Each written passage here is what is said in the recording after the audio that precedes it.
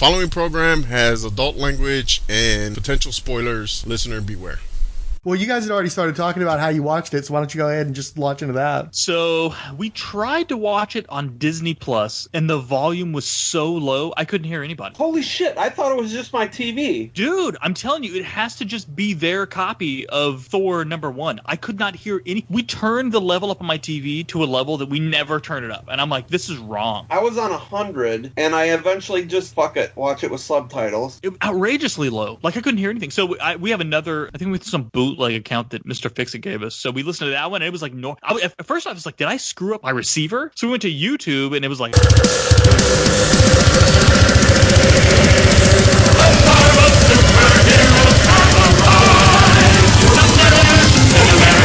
Fantastic Four. Iron Man.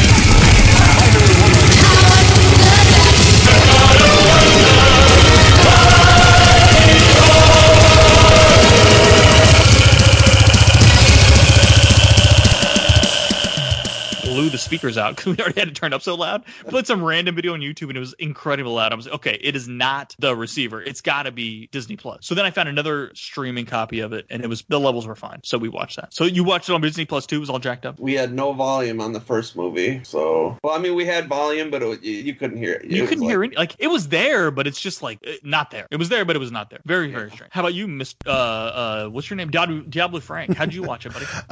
Literally, I just put it on Disney Plus, had no problems, and just watched it. It was Really, real simple, dude? real basic, yeah. The sound was fine? Sound was perfectly fine, yeah. And I did this, I wonder, because this is the 10th anniversary of the movie, and maybe there was like an unusual demand, because I know I finally started watching Kong versus Godzilla, like right at the end of the month, right before it left HBO Max, and it was wanting to air out, and you had to kind of keep restarting it and stuff. So maybe there was just a lot of demand around the 10th anniversary, because I think we're not the only ones doing this, where it's like, oh, it's the 10th anniversary, we got to go watch the movie again. And I'm wondering if maybe there's a disproportionate number of people who don't actually own a physical copy of Thor as opposed to some of the other flicks. So that might be contributory as well. But no, I watched it like a week or two ago, because I just want to make sure I was knocked out and good to go. And no problems. Okay, Mr. Fixit says he has Skype on his phone, but it doesn't have y'alls, and he spelled it YAWLS numbers in it. All right, and my wife is asking why he has problems every time we do this. I don't know. Do not interject yourself into this. I'm trying to. I tried a Lego machine, no way. Oh, and I'm still... Okay, folks, just for our listeners here, I will read this conversation. He says, what do I have? What do I use? I have put all this bullshit on my phone. And I said, just Skype. And he said, I have Skype, but I don't have y'all's, YAWLS, numbers in it. I tried Lego machine, no answer. Is that supposed to be illegal machine? I tried Lego. And why is Lego capitalized? I tried Lego machine, no answer. And then you said, give me your handle. And he said, illegal machine. Oh my God, we're going to get sued by Lego now. Oh, you know what? I just need him to give me his handle so that I can add him to this conversation. Yeah, that's all I need him to do. I saw a weird thing pop up, and it said if I answered it, it would put my current call on hold. So that was probably him. That's what I did to Fryhole, is I answered your call, and he was on mute, or he was on pause, and then I wasn't getting anything from you, and I realized, okay, this is going to work, so I went back to him, and then we brought you into it. So we just need to bring that other guy into it, and we'll be fine. Jesus Christ, Lego machine makes me laugh so hard. Holy shit. Are we going to put my Odin Force intro into this podcast? Please. I will. Do I have access to that? I fucking hate this shit. Oh, you're there. Is that you, Mr. Fix? All praise to Odin. I'm going to set that fucking computer on fire. I fucking lost my shit with it. So how did you watch it, Mr. Fixit? Yesterday. But through what means? Disney Plus. Any problems with the volume? No. Weird. No, I saw it on Vudu. Now that I think about it, I did watch it on Disney Plus. I was going to watch it on Disney Plus, but I was in the other room, and I ended up watching it on Vudu. Okay, that's weird. I had to turn on subtitles. Subtitles. Mm. Really? Did you turn on English subtitles or Norse subtitles? How many umlauts did you see when you were watching Thor? 7. Just to refresh our listeners, literally, Fryhole was born in Norway on one of those long-ass like Viking boats with the dragon heads. Along a fjord. Yeah, he was in a fucking fjord. He was dropped in a fjord, 100%. Velkommen. Fryhole has at least 17 umlauts in this film.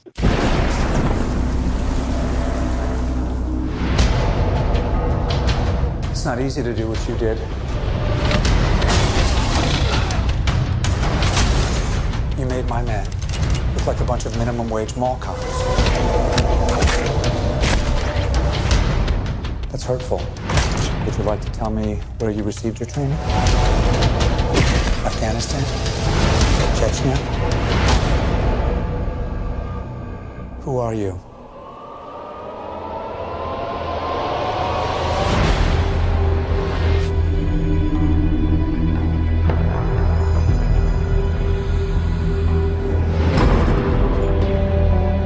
I have sacrificed much to achieve peace. Thor, through your arrogance and stupidity, you have opened these peaceful realms and innocent lives to the horror and devastation of war. You are a vain, greedy, cruel boy. You are an old man and a fool! You're unworthy! Father. I now take from you your power! I cast you out!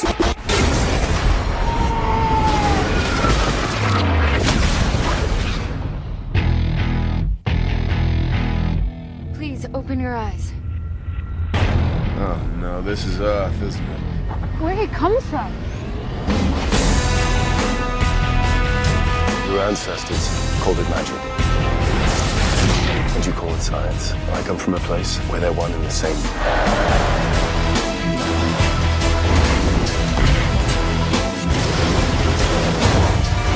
He has disobeyed his king.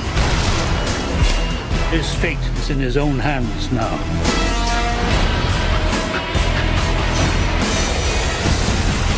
I will end this.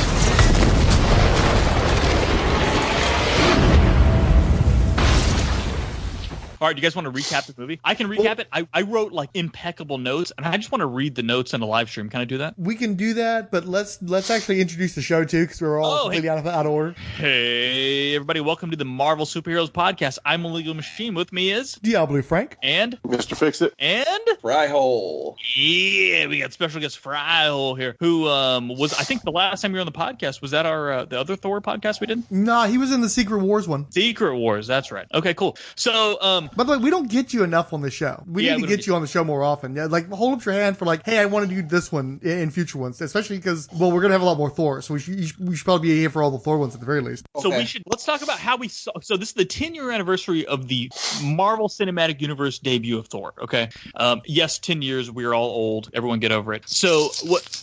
Do we remember how we saw this theatrically? Yeah, we saw it with what's his name? Western Pop. Did we watch it with Western Pop? Yep, I remember. Oh, shit, that's right. And we saw it at the. It was where Frank used to live. Yeah, over in Channelview or something off I-10, and they had those. It was one of the first theaters I went to that had the cushy recliners. Yeah, I just remember because Western Pop kept being like, when we walked out, he was like, "That was very interesting," and I was like, "Oh, okay." It was like we went to the movies with our dad. I just remember feeling like that. Like we brought dad to the movies. I didn't remember he was there, but you're right. He was at the Cinemark, I think, in Webster, maybe. Off of Kobayashi? Yeah. Dope. It's not a bad theater. Not a bad theater. I just know it's off Kobayashi because I love The Usual Suspects. Oh, yeah, exactly. Yeah. Every time I was on that street, I was thinking of Usual Suspects. Isn't that a Star Trek thing, too? The Kobayashi Maru? Kobayashi Maru. Yep. Yeah. Oh, my God. We are like level 14 nerd right now.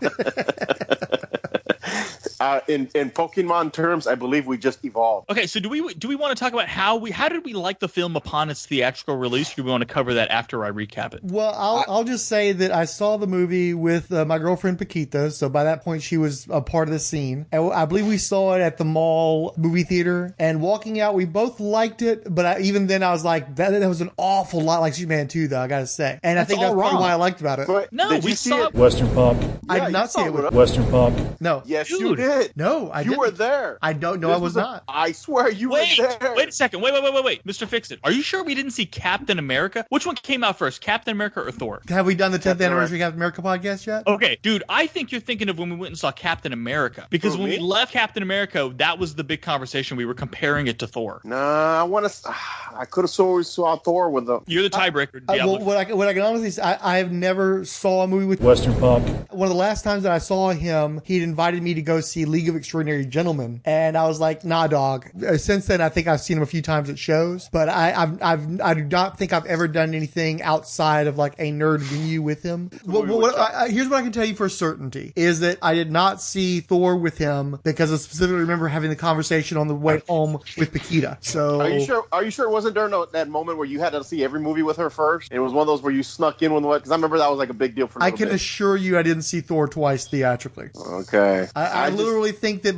probably my third time ever seeing Thor was a week ago. Mr. Fixit, I'm telling you, dude, that had to be Captain America, because I remember when we left, I said a very controversial thing about those two movies, and you guys were all like freaking out. I could have swore it was Thor, but I mean, I can't say 100% now. Okay, but so now I'm totally thinking that was Captain America I saw with you guys. I don't remember where I saw Thor now. I have no recollection of my original Thor, because I was the exact same thing, dude. I thought it was there in Channel View, but now I'm starting to second guess it, because I remember comparing it to Captain America, and Cap couldn't have been out yet. Yeah, and I can't remember whether I saw Thor either now. I could have swore I saw it with y'all, because I remember thinking it was so plain. I wasn't blown away. Oh, man, I'm super confused. Mr. Fixit. Are you sure that we didn't go see it? No. I went with people, but I can't remember who. It might have been Mr. Baloney. The last time I saw a movie with you, we went to go see Guardians of the Galaxy 2. Okay. Well, he didn't say the last movie he went and saw with you. He just said that Marvel movie. Yeah, the Marvel movie. So, anyway. Me, you, and Pussycat used to go and see movies. Yeah, but we didn't see that one. I don't remember how I saw Thor now. I know I saw it in the theater. Editing on this one, I swear to fuck.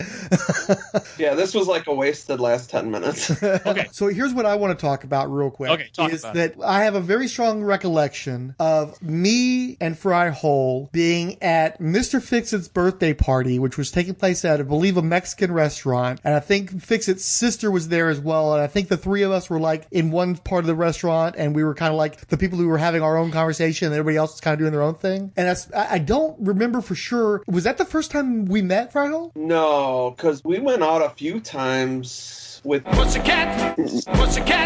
Dad, you can't use names. Yeah, you can't use the names. Pussycat. Oh, okay. We went to Hooters a few times, and we went to the beach house. Was the beach house before that birthday? Because that was 11 years ago. Had to be. Dude, I have no idea. It's only been, that feels like that was further back than 10 years ago. No, you're right though, because the breakup with Pussycat would have had to have been more than a decade ago, because I was still talking to Pussycat after their breakup, and I started backing off of that when I started dating. This is becoming about me now. Well, no, because this is how we're establishing the time frame here is obviously we went to Pussycat's family's beach house, and we were all there at that time. And then later on, me and Fryhole were talking about the upcoming Marvel movies at your birthday party. And what struck me is I knew that he was a Thor guy, or if I didn't by that point, I did. And shit, I remember that now. Yeah. Because we also talked about, Captain America. That Viking movie that fucking sucked with, 600 years before Christopher Columbus, Vikings came to the New World and killed without mercy. When they return, the one they left behind will be the only one who can stop them.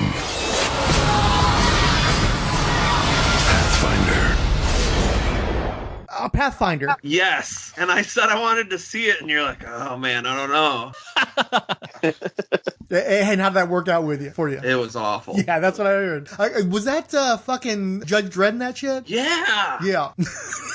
So anyway, at the party, we were talking a lot about our anticipation for the upcoming movies. And the ironic thing was I was actually really pumped for Thor. I thought that the trailer looked awesome. I loved the majesty of Asgard. And I just was so enthused about how well I thought that Thor could translate into a film. And I was really down on Captain America because I had no confidence that movie was going to be worth a shit. And you were the exact opposite side. You were pumped for Captain America and you weren't happy with what you'd seen of Thor so far. Yeah. I remember the first time I saw Thor, what killed my enjoyment of it was that first fight scene. They were still kind of in that shaky camera during action scenes. Jason Bourne bullshit. Yeah, and I had it. I mean, it seemed like at that time, every fucking movie I liked was held by a third grader falling down a hill. Just that scene killed the whole movie for me. I think last night was the second time I've watched that movie. What? No way. Yeah, and this time I really enjoyed it. So, I don't know, maybe. Do you guys want me to recap it? Yeah, I think now's probably a good time. Okay, so here's my recap. Okay, and this is just, I'm just gonna read my notes. Okay, so I say, all right, maybe this isn't much of a recap. You can just comment on any of my comments I'm about to say here. I said Asgard looks surprisingly good. The CGI lacks some detail in Asgard for the buildings, but it's very true to the comics. I can't believe how young Chris Hemsworth and Tim Hiddleston look. I'm like shocked by how young they look. Like or Tom Hiddleston. Tom Hiddleston. He looks like a child in this movie. But the bleached eyebrows and beard suck really bad for Chris Hemsworth. Then I said, how the fuck did they get Anthony Hopkins to do 3 of these movies? Let me see. I was drinking when I wrote these notes. Okay, frost giants break into the relic room and steal the casket during the ceremony to make Thor. The ceremony is to make Thor king of Asgard. As Odin prepares for the Odin sleep, right?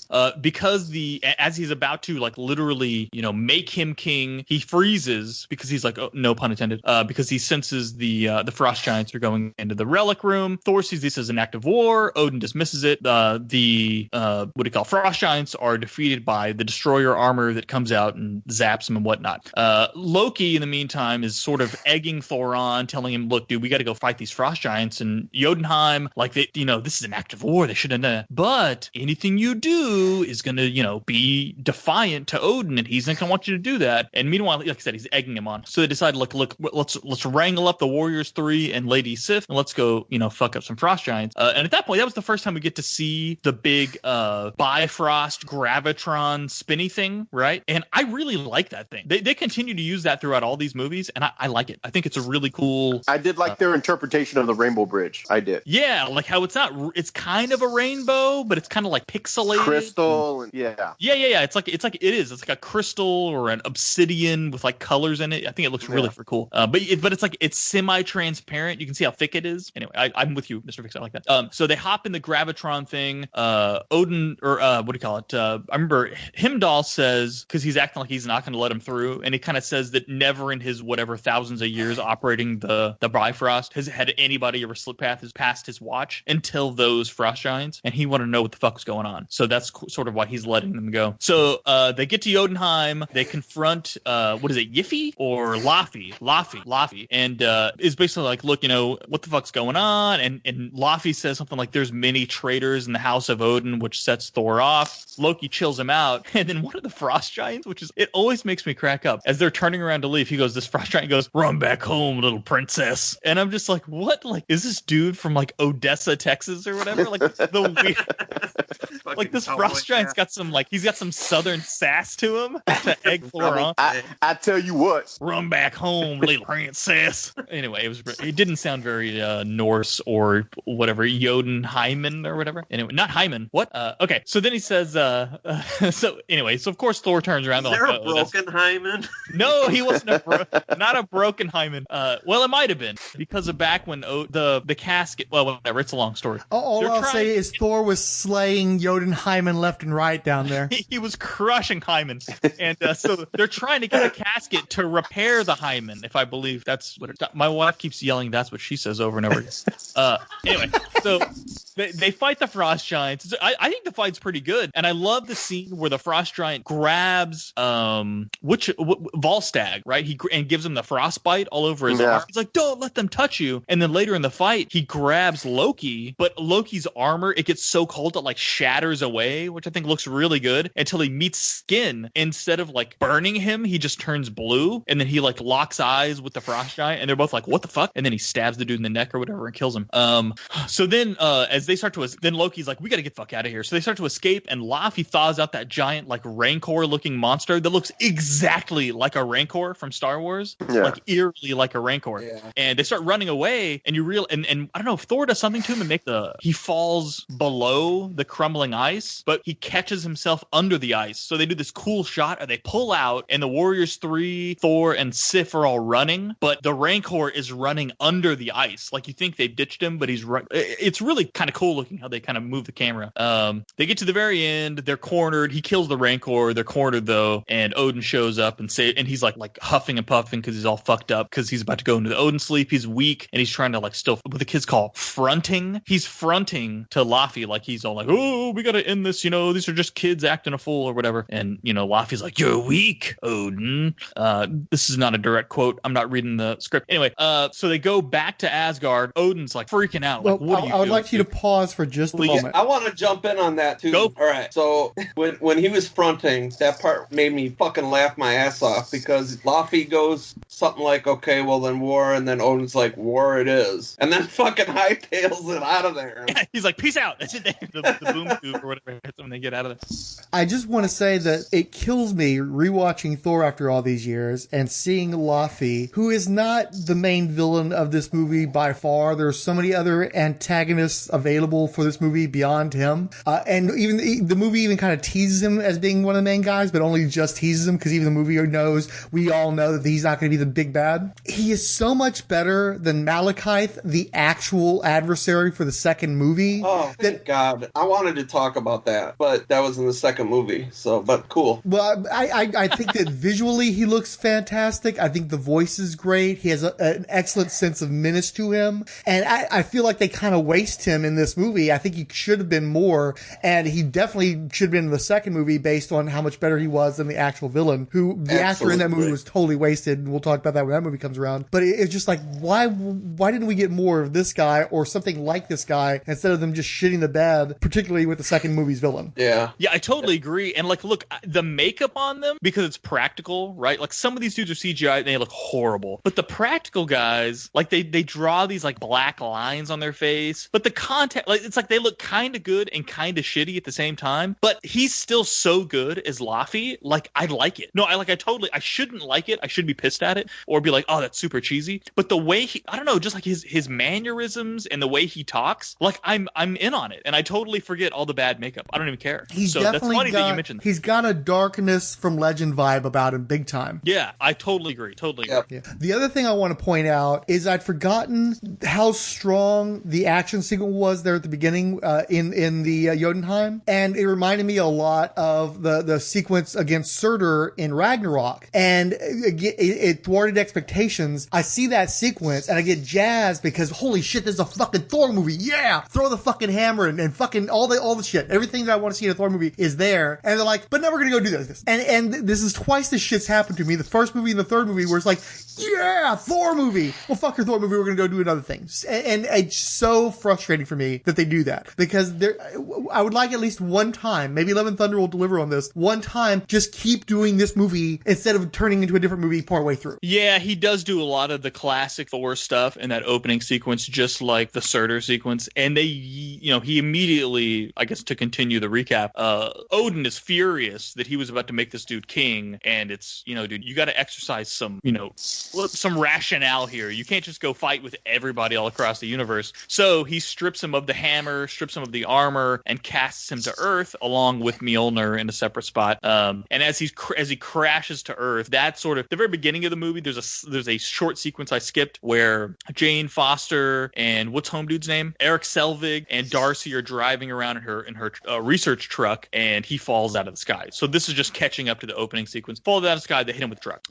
So let me see. After they hit him with the truck, he gets out and he's like going crazy. They taser him. They take him to a hospital. Let me see what happens from there. They help him escape from the hospital and hit him with the truck again. Yes, which every time they hit him with the truck the second time, my wife explodes. It's like the funniest shit in any movie that she's ever seen. She knows it's coming. She even will say it's like, oh, it's coming up. It's about to happen. And every time they back into him in the parking lot, she absolutely loses her mind and can't contain herself. Well, I like the fact that you can kind of see the humor where Thor's going to be eventually, where he's trying to escape the hospital and they hit him with the shot and his face hits the glass or the window and he slides down. Yeah. I was like, dude, I forgot this movie was actually kind of funny. Yeah. I think I said it on Twitter not too long ago too. When I rewatched Dark World, it was funnier than I remember it too. So like people who think this movie's, they went from all serious and then suddenly you got Ragnarok that was like uber silly. There's a lot of humor in these first two movies. They just didn't let Chris Hemsworth really go with it and be part of it as much as it probably should have been. But yeah, this movie was definitely funny funnier than I remember. There's a lot of jokes. It's not all Darcy. It's not all Darcy telling, Yeah. In Ragnarok, he's actually in on the joke. In this movie, he's more often than not the butt of the joke. Yeah. And that was actually a problem that I had with it. And I'm curious how Fryhole feels about it. I didn't like him being the slapstick, buffoon. This guy's a god, and they keep hitting him with trucks and hitting him with medications, and he just keeps getting humiliated. It feels like. And but remember, he's not a god at that time. Understood, but he still made it look like a schmuck, and it kind of irritating for me. I think it's to humble him, because he's a god and now he's a regular man. I mean, that was the whole point, is to make himself worthy again and to earn all that back. Well, and that was I'm sorry, go ahead. No, go ahead. Totally agree. In the books, he got melded with Donald Blake to teach him humility, and I thought that movie being 2 hours or whatever, to try to pack months of that just wouldn't have worked. So the way they go about it is rough and tumble. He has to. I thought they conveyed it well. I don't know. So you liked how he's portrayed in the movie then? I do, because it was a movie. If it would have been like a Netflix series or something, and they went right away to say in 2 or 3 episodes he learned humility, then I would have been pissed. But because it was a movie, I guess I look at the time constraints. Gotcha. And I think it opens it up for your regular non-nerd audience that he's learning humility instead of looking all bumbling and everything. So. And for me, it's very much like, oh, look, we're doing the fish out of water thing. It's like an 80s comedy, it might as well be like Splash or some shit. And I want, recognizing that it's a superhero movie, I want them to build up the superhero. But I also get that, as you said, they're trying to show how arrogant he is, and they've shown you how powerful he can be. So you're supposed to be seeing the fall from grace. So illustrating that by him keep getting defeated when he's a guy who used to kick everybody's ass without even having to break a sweat. Yeah, like I would get that criticism, like you just said, if he hadn't kicked so much ass in that opening sequence. But he, like all the Warriors 3 and Sif, they were all getting dealt on. He was wrecking everybody, and that's why he was like, I want to stay. And he's the one who just blew the back of the throat out of that Rancor. I mean, he was ready to go.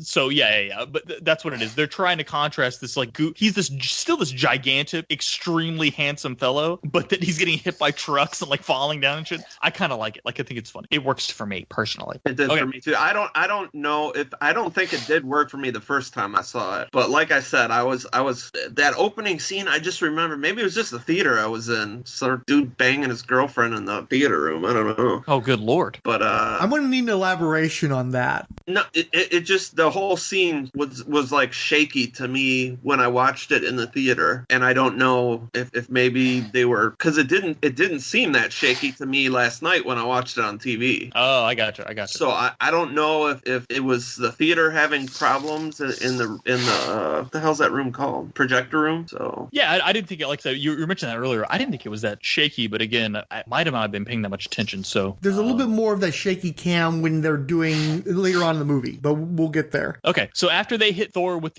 that's actually a Pinsgauer that she's driving. I thought it was a Unimog at first, but it's a Pinsgauer. It's like an off-road vehicle specifically made in the UK for high-speed off-road travel. Pretty cool looking. I want one. Anyway, so from there we cut to the crater where the whole town is trying to pull the hammer out of the crater. And that's where we get our Stan Lee appearance, where he's driving the Dodge Ram and they wrap the thing over the hammer and he pulls it and he yanked the whole bed off the truck and he's like, "Did I get it?" Ooh. And don't forget the much less heralded cameo by J. Michael Straczynski. I believe I haven't proofed this, but I'm pretty sure he's the guy who initially discovers the hammer out in the desert somewhere. What? Yeah, the writer of Thor, when they brought him back, the stories that are to some degree adapted in the movie, the period of time where Asgard descends onto Oklahoma, was written by Babylon 5's J. Michael Straczynski, who also wrote the screenplay to the movie, and I believe that's him in a cameo finding the hammer. A quick Google, you are correct. Did not know that. And very interesting. Look, I'm learning here on this podcast. That's fantastic. I can't stand seeing Bob Kane. I mean, Stan Lee in every Marvel movie. So you're down on Stan Lee cameos. Yeah. I will have to say this. Did y'all guys catch that little teaser that Marvel put out a week or so ago about, we're all one big family. We're all going to go back and see the movies and give Disney billions of dollars again? That little thing where they had the opening sequence with Stan Lee talking about sense of community and how he lives to be with people and that kind of thing? Yeah, I thought it was fine, but I'm sure you didn't. So go ahead and elaborate. No, I didn't hate on it. The only thing that bugged me, although, yeah, it is on brand. The only thing that got me is just once, could they get some audio of Jack Kirby too? It is out there. And if we're going to have like that sense of community, maybe just find a quote at some point that gets Jack in there too. And I wasn't going to go there. Or some old footage of him drawing. That's the dude who built the Marvel Universe. The problem is that the audio-wise, Stan's voice is so recognizable. Yeah. I mean, come on, let's not. Dude, have you ever heard Jack Kirby talk? That dude's got a super distinct voice too, though. I'm assuming he sounds like a tough guy from the 30s. Yeah, absolutely. He sounds like an ashtray, Great Dane Sapiens. What was his name? Robinson? Oh, Edward G. Robinson? Yeah. You know what I'm talking about. Yeah. Almost like Bugs Bunny. He almost got more like a Lee Marvin kind of thing. It's like, but much more gravelly. He sounds like a ashtray came to life and started talking. I mean, I'm sure I've heard stories about him, and he sounds like a fucking total badass. Mm-hmm. Now, in the New Gods, the core of that story was that a father will never hurt his own son. Now, here I have Darkseid, the most evil character ever created. I can tell you, he was the epitome of all evil.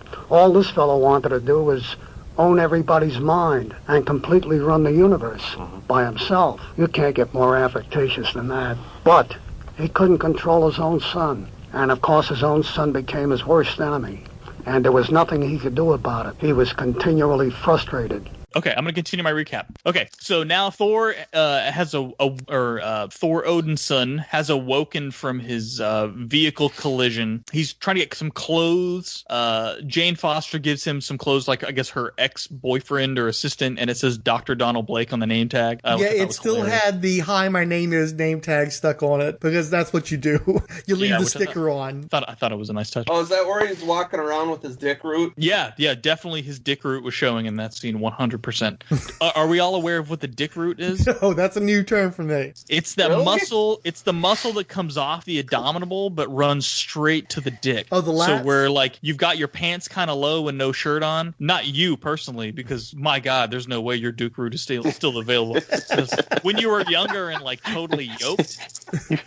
Are you saying he has like a dick trunk maybe or a wheelbarrow? No, not unlike Mr. Fixit. I have a love engine these days. I like Dick Wheelbarrow.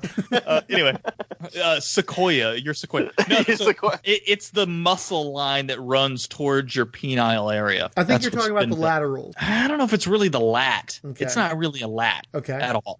Anyway, that's what that is. But yes, his dick root's definitely showing in that. So she's like, here, put a shirt on. Even though all of us, male and female, watching the movie are like, definitely don't. Or was that just me? Anyway, okay, let's move on quickly. Okay, so from there, we have to say, too, that was definitely the what do you want us to do? Wear yellow and black spandex moment. Where it's like, oh, look, we referenced Donald Blake. Get off our backs, nerds. Yeah, shut up, nerds. Look at my dick root. Anyway, so then we go to Loki, and he's in the relic room trying, because he remembers himself turning blue. So he's like, I'm going to touch this casket thing and see what happens. And when he touches the casket, he turns full frost giant. Odin confronts him and is like, dude, look, I didn't tell you because I'm trying to protect you. And Loki's like, look, I know you did this for a reason. There's no way you did this just because you love me. And he was like, look, I thought we could bring the frost giants and the Asgardians together. It didn't work out, so I just raised you as my son. All right, so chill out. And Loki's upset about it. Look, he probably should be upset about it. I don't fault him for that. I like the way you called him out on that. He's like, no, that wasn't why. Yeah, dude, there's like spit on his chin when he's yelling at him, dude. Yeah. Like he acts his ass off in that scene. And then Odin. I just have one quick question. Yeah, now that's the cask of Eternal Winters, right? Yeah. And that was the shit that got opened up in the 80s, and like they had a winter in the summertime throughout all the Marvel comic books for like a month or two, right? Yeah, and I believe Malekith was behind it in the comics. References. I thought you were talking about El Nino. Anyway, that's a weather joke. Anyway, okay, so So Odin falls into the Odin sleep, and Loki goes from like, oh shit, and then he realizes, oh wait, Odin just went to the Odin sleep. Thor's banished, which means like I'm king now, right? So he's just like, oops, lucked into this one. So suddenly he's all like, oh, come in here, gardens. Let's help Odin up. So then that's when we get our breakfast eating scene where he's doing the unfrozen caveman lawyer, where he's smashing the cup on the ground because he wants more coffee, and they're like, no, you don't have to smash the cup, and he's like, I didn't mean anything wrong by it, and they're like, you just ask for more coffee, and he's like, oh, my bad. And I don't know if you guys noticed in the background when he's smashing the cup and they're talking to him, Stan Lee's truck with no truck bed drives behind him in the background, which cracks me up every time. Did not see that. Yeah. So he lost his truck bed while he's trying to pull the hammer out, and then they kept the continuity as they're eating breakfast. Let me see. That's when he overhears Home Dude saying, hey man, there's a satellite crashed out in the desert. We've been trying to pull it out all day. And Thor's like, oh, that's not a satellite, that's my hammer. So he goes to in between there, we see Jane lose all of her equipment from S.H.I.E.L.D. S.H.I.E.L.'s come and confiscated it all. Very important because they're kind of really dark about it, too. Yeah, this is where full Coulson goes from Iron Man 2 to his one shot when he's on the road to finally arriving in New Mexico. And as Mr. Fixit points out, then he proceeds to seize the private property of an independent scientist, which is some bullshit. Yeah. Yeah, and she's freaking out. They cut to Thor in a pet store, and he's like, I need a horse. And they're like, we don't have horses. We just have dog, cats, and birds. And he said, then give me one that's large enough to ride. And I laugh every time at that scene. That shit cracked me up. And then Jane comes up behind him and honks a horn. She's like, hop in, I'll take you. Let me see. So that's the whole Thor storming the S.H.I.E.L.D. base, which is the, introduction of Hawkeye as well. Do we want to talk about the scene? I think Thor kicks some pretty massive ass in that scene, although they're not really trying to keep him from the hammer, right? Like they're sort of testing him because once he gets close to it, and Hawkeye's like, you want me to get him? You want me to take him out now? And Coulson's like, no, I want to see this. And he goes to grab the hammer, and just nothing happens, and he's pulling on it, and there's lots of rain. Very cinematic. Huge fan of that scene. I think it all looks really good. I think it's extremely obvious that all the Hawkeye shit was shot later on and just randomly inserted to prolong the sequence and to help to introduce the character, and that's why he literally does nothing throughout the entire sequence. Really? I didn't think it was so obvious. No. It never occurred to me that it was shot separately. Yeah, it looked like it was part of the story. I'm pretty confident that not only was that shot later, but I don't even think it was the same director. Was it like not raining when Renner was on screen or something, and that's why it was so obvious? Why was it so obvious? No, it's like it's one of those deals where he does not interact with any of the environments. If you look at it, he hops into a basket, he's hoisted up into the air, he's occasionally cut into where he's in the basket talking to Coulson. You'll see some overhead shots of Thor running around the base beating everybody up, but at no point does Jeremy Renner interact with any of the environments, any of the other actors. It's all voiceover and shots of Renner in the basket. Okay, so are you saying this is like wrong or bad, or what is No, I'm saying that it's just it's one of those things they made fun of back today because it's such an obvious tacked on thing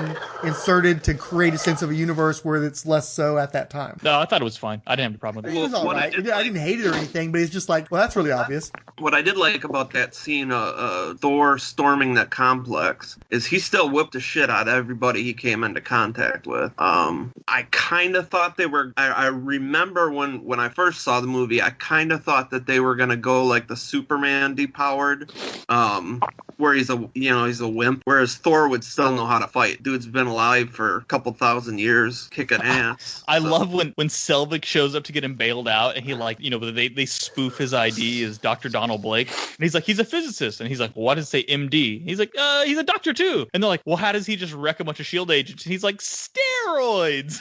It's like, she cracks me up.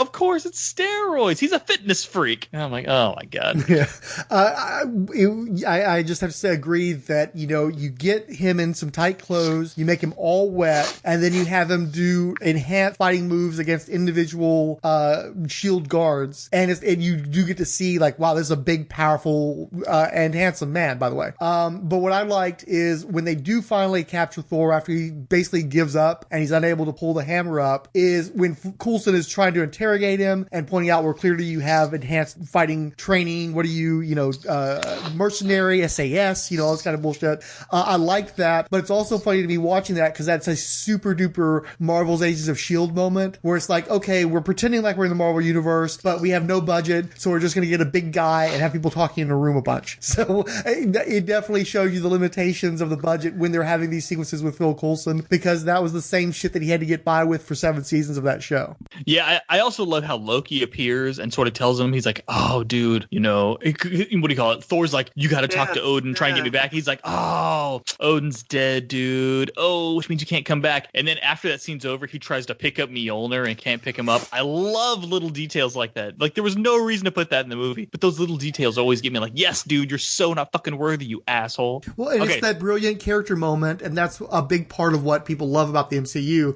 I was on Twitter earlier today, and once again, you had some asshole trying to talk about how Man of Steel is better than the entire MCU, and it's like, fuck you. You don't know what the fuck you're talking about.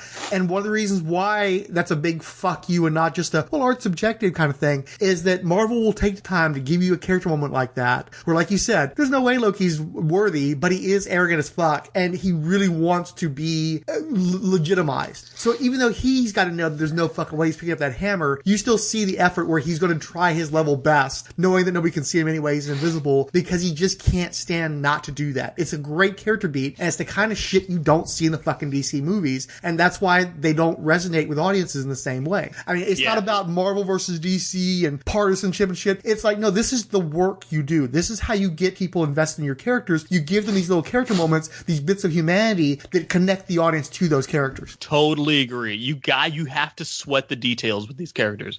You have to. That's how you build a continuity. And if you're going to do it over several movies and you're going to have one movie leading to another movie, you got to keep the character details straight and consistent throughout. And that's what makes these movies special. Continuing on. Okay, so Loki goes to Jotun. He sneaks over to Jotunheim to talk with Laufey. And he tells him, like, look, dude, I want to be king of Asgard. Odin's in the Odin sleep. He's not dead. So here's what we're going to do. You sneak into Asgard, kill Odin. I give you the casket. And I would even say something like super condescending, like you can rebuild Jotunheim to the paradise it once was or something. He's like looking around like it's a shithole. It was so funny. And then of course Laufey's like, why would I do this? He was all like, I want to be the king. I can't kill Odin and be the king, you idiot. Like, I love and that's his father, the arrogance of Loki in these movies is so incredible, dude. Even like when he's talking to Thanos and stuff, I just, again, it's the character. They keep him so consistent throughout. It's just so great. Let me see. So from there, the Lady Sif and the Warriors 3 tell Heimdall, we need to get to Earth and try and get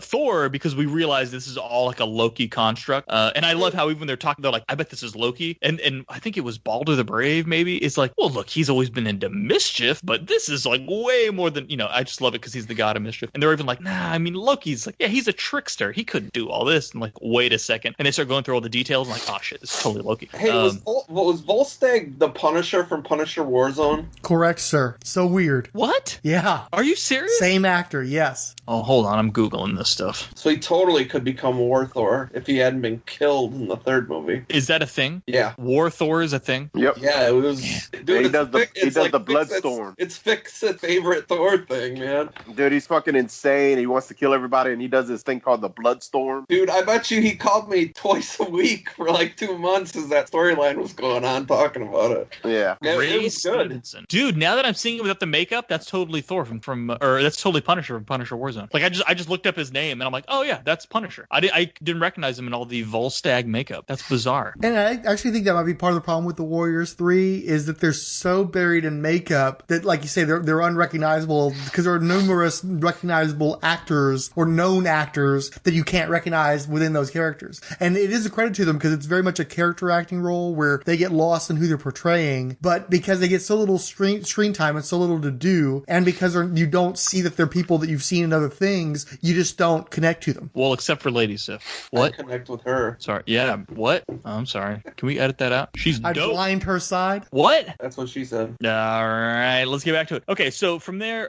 so they smuggle the Warriors 3. Loki tries to, I don't know, he's coming out of somewhere. I can't remember. Loki freezes Heimdall with the casket. Oh, no, I'll tell you what it is. He comes back from Jotunheim, and basically Heimdall's confronting him. It's like, oh, that's right. Yeah, there shouldn't be any way for people to be able to do these things that keep happening, and you're such an intelligent person. Perhaps you know some way of doing that. And he's like, yes, of course, people can figure out other ways of getting to places besides your bullshit bridge. And basically, Heimdall's finally calling Loki on his bullshit. Yeah, because he's something like, he goes, he said something like, I cast my gaze upon you in Jotunheim and I couldn't see you, just like I couldn't see those frost giants earlier. And he's all like, yep, like, ding, ding, ding, you got it, dude. Yeah. So that's why he freezes him because he basically doesn't come after him with a sword. He comes after him. He says, now that you've dismissed me, I don't have to follow your orders or whatever. That's right, because he was all like, well, like, you're so powerful, why didn't you ever challenge Odin? And he's like, well, because Odin's my king. And he's all like, well, then what am I? And he's like, you're my king. And he's like, that's right. And then he dismisses him, and he's like, oh, it's on now, fool. And he zaps him with the casket. Yes, excellent. Thank you for that point. That was missing from my notes, but a very good point. Do we want to take a moment to discuss Idris Elba as Heimdall? I love him as Heimdall. He's totally should not be Heimdall in these movies because Idris Elba is a fantastic actor, and these are kind of 2-bit parts. But I don't know. I think he's great. So I don't think I've ever seen a show with him in it or movie that he didn't fucking steal it. You know, I mean, he's awesome. It is weird because I hadn't had a lot of exposure to Elba before Thor. He seemed like he started popping up in more and more stuff afterwards. And so to hear him pitch the way they do is like, really? You're pitching Idris Elba? His voice isn't deep enough for you? And you can't not hear it because you know who this guy is now. Yeah. And I mean, but honestly, this movie, the whole way through, all these movies have actors that they just locked into contracts that they had no business locking in. Like Idris Elba got hot. There's no way he would play a B-list character in a Thor movie. I don't know how, like I said earlier, I don't know how they got Anthony Hopkins. Chris Hemsworth's like a huge movie star now. He's in these movies. You got what's her name? Jane Foster. Natalie Portman. Natalie Portman in these movies. It's just like, where are you getting these like when you look at the cast of Thor, I know you're kind of sort of looking at in 2020 vision, but the cast is like outstanding. But I think that's a good point though. When they made the Thor movie, the only thing I knew Chris Hemsworth from was playing Captain Kirk's dad in the first J.J. Abrams Star Trek movie. And of course, I didn't actually recognize him. That was something I read on the internet and then went back and watched a clip on YouTube because I had no recollection. So I was still kind of feeling out this Chris Hemsworth guy. So to me, at least, he wasn't shit before this movie started. But yeah, no. So yeah. Anyway, but that's how a lot of these movies are. You look back on them, you're like, damn, they had some freaking all-star cast. It's like, well, if you go back 10 years, maybe it wasn't such an all-star. It was like they paid all their money to Anthony Hopkins and that's it. Exactly. And Natalie Portman too. I think she cost them a bit. But like, take Stellan Skarsgård. I had no idea who he was at that time, and then later on, he's in the Girl with the Dragon Tattoo and just all kinds of shit. Yeah, he's been in everything, man. Yeah. Yeah, it's amazing how these Marvel movies, it's like the opposite of the old comic movies, where it was like if you were in a comic movie, you killed your career, and now it's the exact opposite. Everybody wants into these movies because you're going to freaking explode afterward.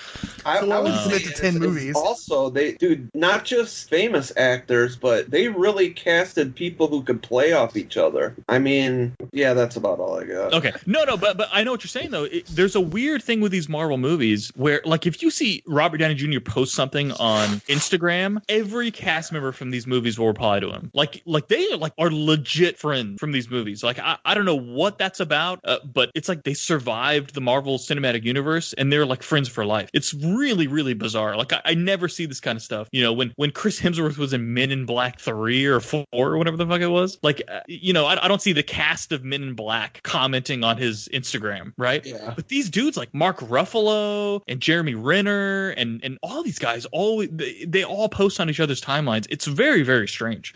And I don't understand it, but I think it's kind of cool. I think it's cool that these dudes like seem to have really like bonded over these movies, these ladies and men. I don't know. I think it's cool. It's almost like it's a weird fraternity that I wish I was in, but I'm not. Well, again, it's a lot like being on a TV show.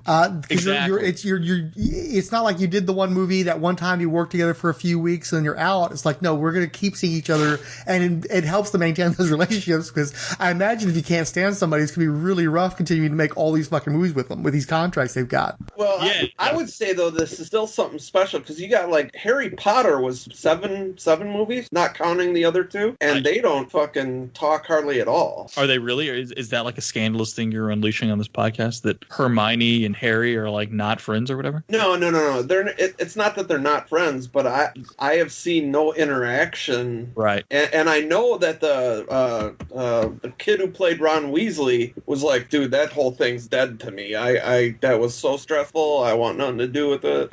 Whereas, like, I don't know if you guys saw it, like on social media, anytime Robert Downey Jr. posts anything, he always tags this guy Jimmy Rich, who was his assistant, in everything. Like, this dude's been his assistant for like 14, 15 years. Avengers. Dude got killed in a car accident the other day. Like everything, like any video of Robert Downey Jr. doing some like snazzy dance, Jimmy Rich is the one that recorded it. Here's a picture of me at a charity event. Jimmy Rich took the picture. Dude got killed in a car accident. And the first like 15 comments under it are all, it's Jeremy Renner, Mark Ruffalo, Josh Brolin, who's sort of like ancillarily, I mean, he was Thanos, right? Brolin, all these dudes, it's all Avengers cast. Just like, oh my God, this is like the worst thing ever. And I'm like, Robert Downey Jr. has been in 1 trillion movies, right? But it's these Avengers guys they're all connected together. It's very strange to me. And I think I've heard Robert Downey Jr. mention it in podcasts. They just found a different way to shoot these films that made it feel like you were all a family building this gigantic thing. You were building up to this payoff that was the final 2 Avengers movies. And they like kind of bonded over it, which is just so like strange. Like I wish I was part of that. I would love to be in a workplace like that, and you just don't see that happen. Like you think Tom Cruise is all buddy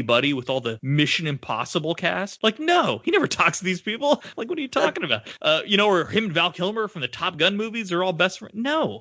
So it's so weird to me that these movies are the most gigantic movies of all time, and these people all are incredibly good friends. And I think that's one of the reasons why this stuff is kind of work, and it doesn't seem to work any other way. You know what I mean?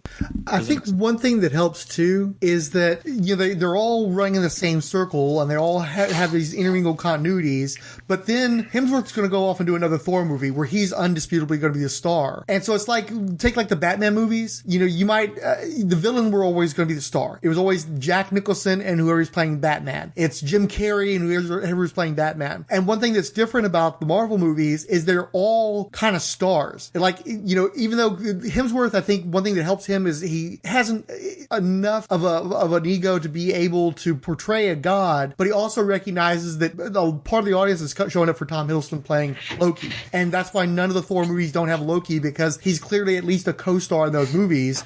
But with most of the other movies, Chris Evans is going to spend some time with Iron Man and the Avengers, but he's going to go off and make another Captain America movie, and so on and so forth. They all have the places where they get to be the big shit, and then they're all the big shits together, and then they go off and they're signing the toys of the kids, as Thor or as Cap, or as Iron Man. So they all kind of get to be the stars. So I think it maybe helps to mitigate the egos that you might have otherwise. Good point. And I think a lot of it is because a lot of those dudes were not big shit before these movies. I think that helps too. They don't overlook the fact that a lot of their success is directly attributed to these movies, and they don't look at it as some cheesy kid stuff they can't get out from under. They kind of like truly enjoy making them, which I think. And in the case of Robert Downey Jr. too, even though he's definitely was a star in movies for decades, dude went to prison. Dude had all those drug busts. Dude was basically uninsurable when he went to Iron Man. So he's got a healthy dose of humility. So even though he was more of a star than any of them, I think he's got a little bit more perspective than perhaps somebody else in his position would have had. Yeah, and where I think a character of his or an actor of his level might be a little embarrassed to be in a comic book movie in 2008 or 9 or whatever it was. I think that he's like grateful for these movies, right? I think it's obvious he never talks down on that little comic book thing he did. He never talks down on it. I mean, they show him doing the he'll do the charity events for kids or for Nickelodeon or whatever, and he just embraces the Tony Stark stuff. And I think that's awesome. Whereas I don't think like Michael Keaton isn't running around like he's Bruce Wayne. Honestly, neither is Christian Bale, right? Like he doesn't embrace the Bruce Wayne thing. And I think it's just a really cool kind of it just shows how these are just kind of different. It's all these little differences that make these movies a little more special. And those friendships may have helped him with his sobriety. Yeah, I think so too. I think because and the family. He's not running around with a bunch of scumbags. I just remember when they announced him for Iron Man, I'm like, oh fuck. I mean, I liked him, but I was like, he had so many problems up to 2 years before that. Yeah, I mean, they said he was uninsurable. Like, they couldn't insure him for movies because insurance agents were like, nope, not again. We're not doing this. I remember seeing his last court appearance. He had told the judge, he was like, I have a smoking gun in my mouth and I like the taste. He's like, it was just, he was in a bad way. Brutal. Okay, let me wrap up this recap here because we're basically in the movie. Okay, so from there we go. Loki sends the Yeah, go ahead. Sorry, am I cutting somebody off? I'd edit that out. Okay, so Loki freezes Heimdall and he sends the destroyer via the Bifrost to Earth. And when the destroyer gets to Earth, he's surrounded by SHIELD agents, right? And one of the it's the dude who ends up being Hydra or whatever. Yeah, Jasper Sitwell's in there. He's also in the sequence where Thor's busting into the camp. Yeah, that was Jasper. And it was so funny because I never noticed his ass until the one shot where he's talking with Coulson. And it's funny because he'd been in several movies by that point, but until he actually had a moment to be in the spotlight and recognize, hey, you know, I'm here too. Here's my name. I just completely missed his ass. He was totally anonymous to me. Well, he gets like brutally murdered. And is it Winter Soldier when he gets murdered? He gets thrown out the car in the oncoming traffic or whatever. He gets hit by a truck or something like that. Yeah, and then he comes back on The Walking Dead. Yeah. So anyway, he turns to Coulson and goes, "Is this one of Stark's machines or whatever?" He's like, "I don't know. That guy doesn't tell me anything." and then it starts lighting up like it's gonna blow him away. He goes like, "Oh, here we go." I just think it's hilarious. The scene that caught me off guard was whenever the Warriors 3 are walking through the town, and those two FBI agents are like, "Is the Renaissance in town?" Yeah. He goes, "Why don't you call it in?" He goes, "We got Jackie Chan, Xena, the Warrior Princess, and who else?" I was like, "Holy shit!" Yeah, I can't remember who the third one was, but yes, that is a hilarious scene. Probably wouldn't get away with that now. No, not today. I don't think so. I remember when I heard that, I was like, "That's pretty funny," but I was like, "Wow, I totally forgot about that." So from there, to build off that, the Warriors 3 and Lady Sif show up, and they reunite with Thor, and suddenly like Erik Selvig and Jane Foster are like, "Holy shit! Like maybe this is for real." Like they were still like, this guy might be crazy this whole time. And at this point, he's already explained to her like, you know, Midgard is part of the life tree, Yggdrasil, and all that stuff. I skipped all that earlier. We don't even know that. That's fine. So then the Destroyer shows up to the town. The Warriors 3 and Lady Sif are like, "Okay, we're gonna fight this dude." Thor's like, "I'm mortal now. I can't fight the Destroyer, but I'll help get everybody out of town." And there's the good scene of them sort of loading everybody up on trucks, and Erik Selvig's running into the diner telling everybody, "Let's get the hell out of here." Meanwhile, the Warriors 3 are sort of fighting the Destroyer, although they're kind of getting their asses kicked. And there's an awesome scene where Volstag's about to get blown away, and Lady Sif jumps off the roof of a building and stabs him like through the back, like sort of the neck and chest, and he like goes dark. And you're like, okay, she beat him. Of course, we all know she didn't. And then he starts to reignite, and the armor flips around. Yeah, all of his body turns backwards, and his arms reverse backwards, so that now he's facing her and can like grab her and stuff. Dude, every time that happens, the CGI in this movie is not amazing, but that scene, I love it, dude. It's so creative, and I love how he does it's almost like a T-1000 bit or something. Love it. I think it looks so good. And one of the things that makes it so cool. I was trying to remember what movie did that. That was it. Yeah. Was it T-1000 or something like that? Yeah, it was the Terminator 2. But one of the things that makes it so cool, and it's one of the things that drives me nuts about where they ended up going with Iron Man, is I like the analog component of that. He's not liquid metal. He's this framework, these individual slats, and the slats basically reverse themselves so that he can face the opposite direction, and you're seeing them rotate, and it has a sort of a steampunk quality to it. And the fact that you haven't seen that done before, and that it seems to fit with the Asgardian aesthetic, makes it much more special, because there's been tons of fucking T-1000 ripoffs since the early 90s, but that did something similar while having its own twist on it that made you like re-engage with it in a way that you might not have otherwise. Yeah, and I love, the Destroyer looks so good. Yes. And you'll notice anything they just make it look like perfect. The comic books looks fantastic. The Destroyer is so badass in the comic.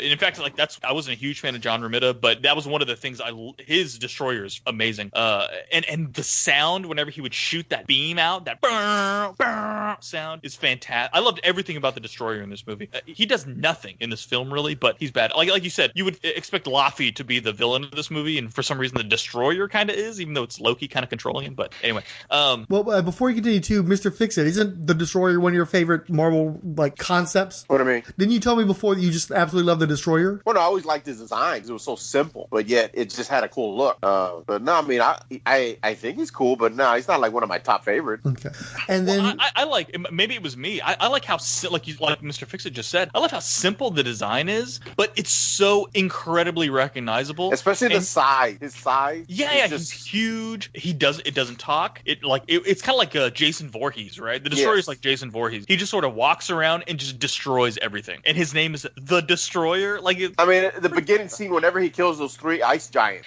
and he just blasts them away, I always thought that was so cool. And there's arms sticking out of the wall, out of the ground and stuff. Yeah. And he just goes right back to his box like nothing happened. And Fryhole, how did you like the representation of Destroyer in the movie? Loved it. I don't think it's a coincidence that any time these movies, like comic book movies in general, it doesn't matter if it's DC, Marvel, whenever they go like really, really stick to the comic books, it's the coolest, right? Like I don't think it's a coincidence, dude. Like if the Destroyer sucked, he wouldn't have been cool enough to make it into this movie to begin with. So just trust us and don't screw him up. And whenever we do Thor: Dark World, we'll get that with curse where they made him like just about to say exactly that. Yep. Like, why did you hit the destroyer so spot on and screw curse up so bad? Anyway, not just curse. Oh yeah, not even just curse. Everybody in that movie. Yeah. Okay, so from there, Thor jumps in and tries to what do you call it? He confronts the destroyer all by himself because everybody else has been defeated, and he just walks up to him and he starts to like charge up like he's gonna blow him away. And they cut to Loki, and Loki's like, you can tell he's controlling the destroyer, and he puts his hand down. And when he puts his hand down, the destroyer sort of powers down, and Thor gets the smile on his face, and then the destroyer just bitch slaps him like. Oh yeah. He sails like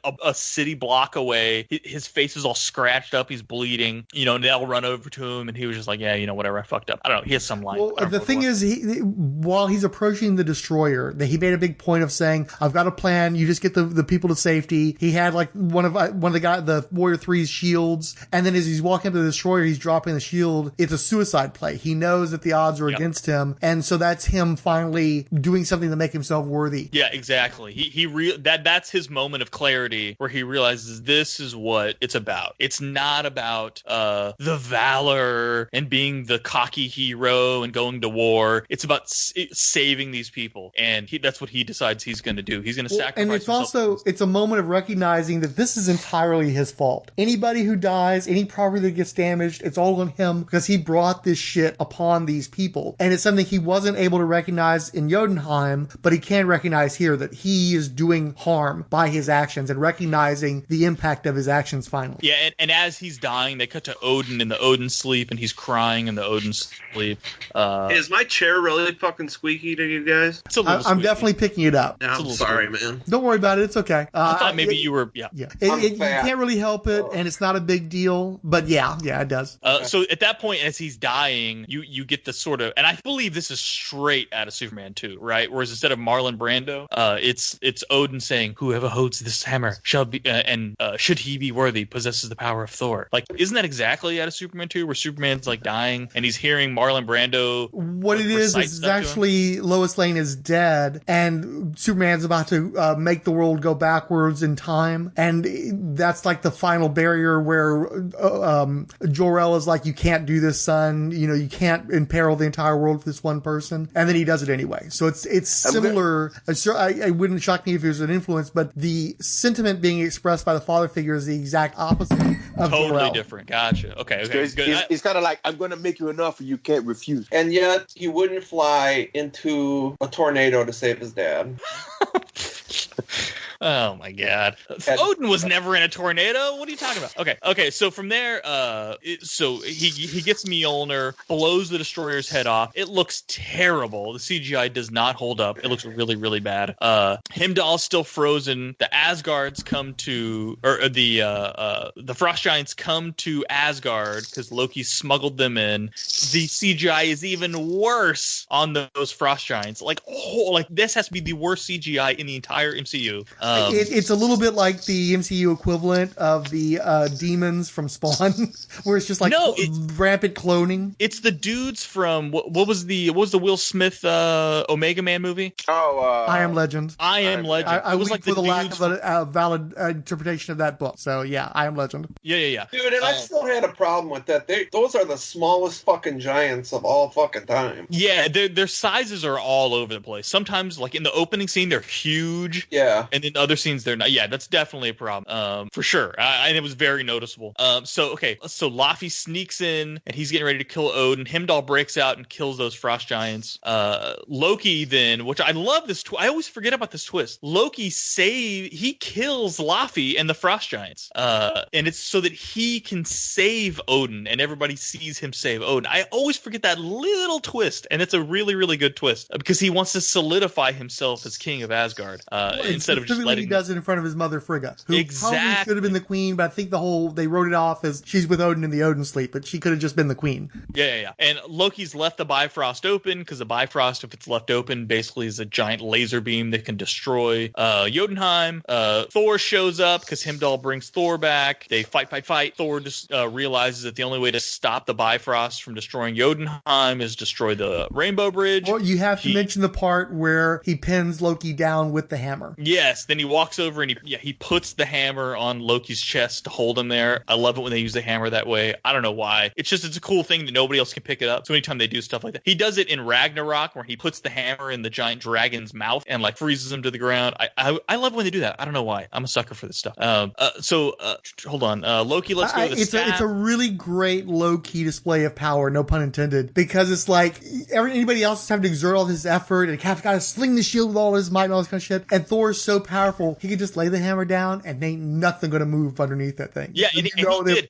He like gently set it down too. He didn't slam it down. He just like set it on his chest, and it's like, you ain't going nowhere, dude.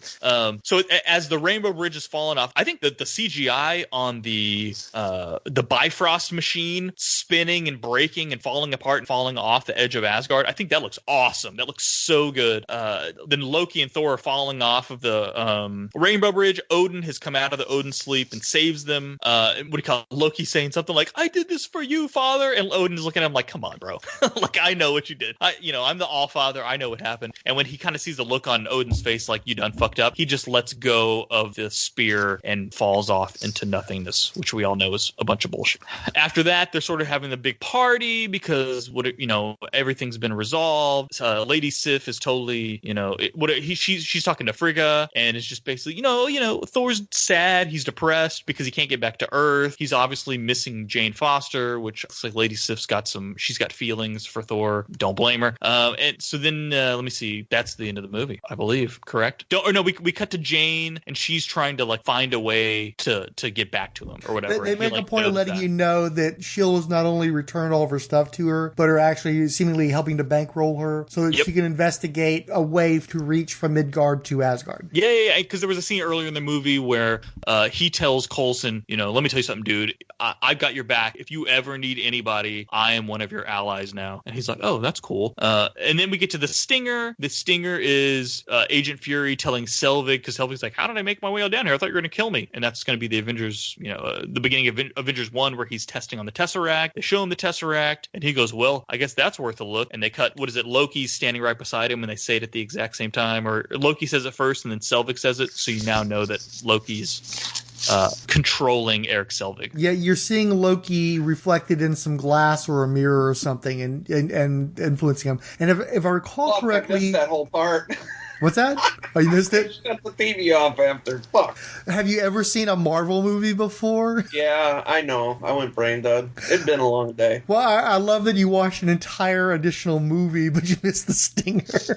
Okay, here's why I watched the additional movie when I said I wasn't gonna. I watched the first movie, and I remember on our Odin Force podcast that I had said I didn't like the first one, but I liked the second one. You did say that. So I'm like, well, I like this so much better now. Maybe I like the second even more. And so I watched the second, and dude, totally 180. I thought that the second one had so many problems, and I don't know how I was, as you get older, you look at shit different, but to take what I said before, I sound like I'm full of shit. So, it's all right. We're all full of shit, so it's okay. And that's why I watched the second one, was because I liked the first one so much. So I was like, shit, let's watch the second one. And my kid was here with me too, so. Well, I mean, you literally waited a decade between showings of a movie featuring one of your favorite Marvel superheroes. Yeah. So tell me this, what was it that you hated about Thor the first time? That shaky camera scene in the first fight,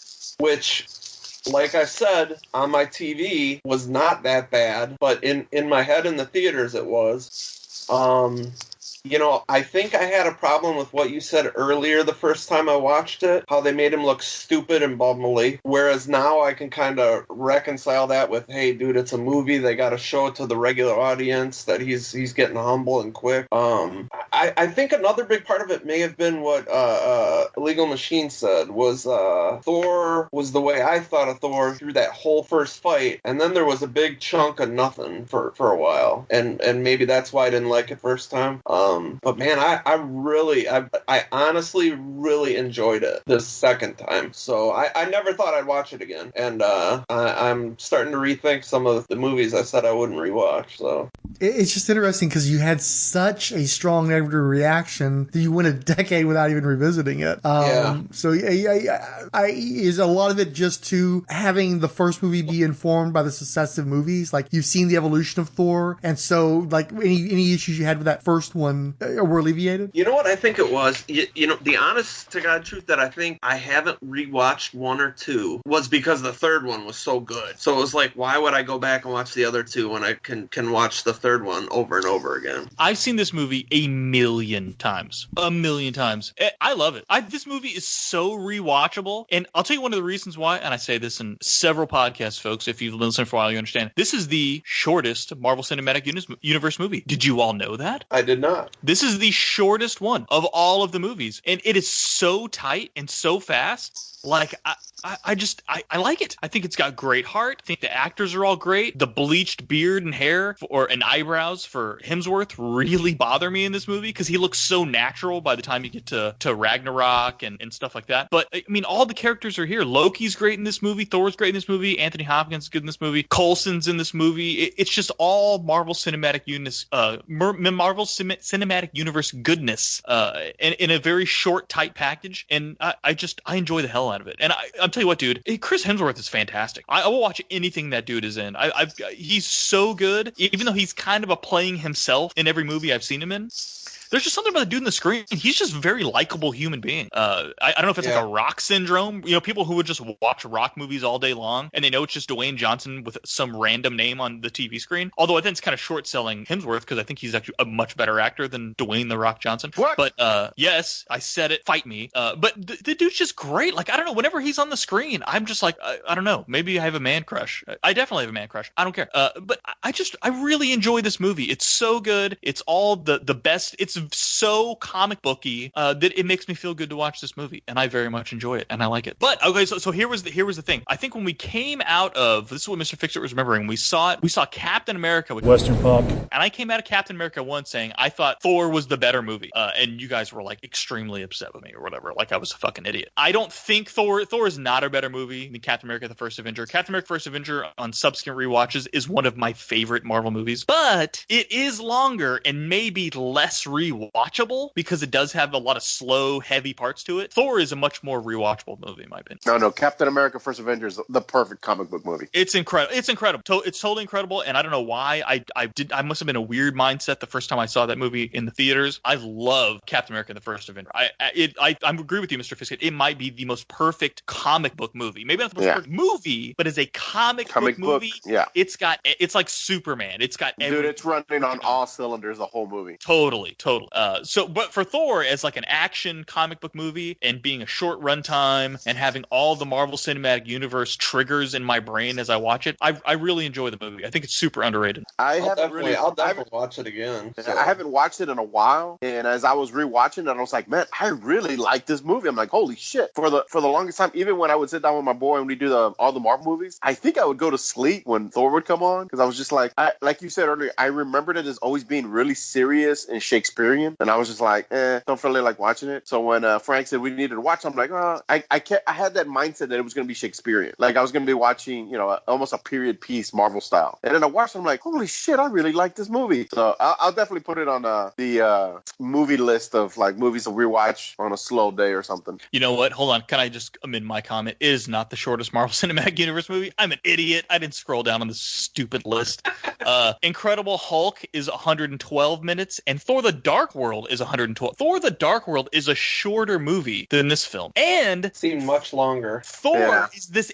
Well, no, here's another one. It's the same length as Doctor Strange, and to me, Doctor Strange I thought would have been way longer than the first Thor movie. That seems like a longer movie to me, and apparently it's not. They're the exact same runtime. Dude, now I'm starting to question all the other Marvel movies that I watched and liked and disliked. Watch them all over. I think I've watched the whole thing in chronological order like 5 times. I think you've lost your faith in God now. Thor has done it. Yeah, maybe. I'm glad we did this, Fryhole, because I was upset when you said you didn't like the first Thor movie, and I'm glad that you were able to find Jotunheim or whatever fucking Yggdrasil and within your own body. I super enjoyed it. Really, really liked it. All right, so Diabolu Frank, what'd you hate about it? Yeah, I was about to say. Well, I was going to say that to join the ranks of the people who like the movie, this is one of the ones that Paquita revisits the most. I wonder why. I'm sure the Hemsworth factor is there, although that's not generally her type. But Hiddleston is really the one that she's hot for. She likes Loki. I'm not into Loki. I'm not into him. I don't really care about him as a character. I think Hiddleston's fine, but I'm not won over on him. I will say this too. I would have to agree that Hemsworth is probably a better actor than The Rock, but The Rock has more charisma, and I am more compelled to watch The Rock in things on the strength of The Rock being The Rock than I am watching Chris Hemsworth do anything that's not Thor related. So, but a lot of people are won over by the supposed charm of Hiddleston. I'm not one of those people, but she likes him a lot, and he's definitely her type. And she's gone back Thor more often than most of the other Marvel movies because she really enjoys the fantasy aspect. She also likes Thor: The Dark World. In fact, the only reason why I saw Thor: The Dark World was because she wanted to see it. So she's definitely on board with you guys as well. I find the movie to be extremely adequate. I don't hate it, but like when we watched it the first time, and again, I saw it with her, and I remember the specific theater because it's kind of a weird setup, and I was talking about it on the way out, and I was fine with it the first time, and I liked it better than I thought that I might, but not as much as I had hoped based on those earlier trailers. And what happens when it hit video, neither one of us went out and bought the movie, which is strange. I think in retrospect, she probably should have, but I don't think she was as invested in the Marvel Cinematic Universe at that time. So what I did is I went to the Redbox and I rented it just to check it out and kind of hoping there'd be some special features and shit, and there wasn't. I'm not sure I finished watching it the second time because anything that I kind of glossed over the first time I watched the movie was hitting me over and over again. Like all of the things I don't like about that movie hit me the worst on that second viewing. So again, I can't say for sure that I finished that second viewing, and this was literally my third viewing at most of the movie. What were the things that you really didn't like about it? Well, for starters, the Dutch angles, the all that Batman 66 bullshit where they can't I was watching a video where they were joking about how Marvel couldn't afford to buy another tripod, so the entire movie has to be filmed on a slant. Okay. That's a little annoying.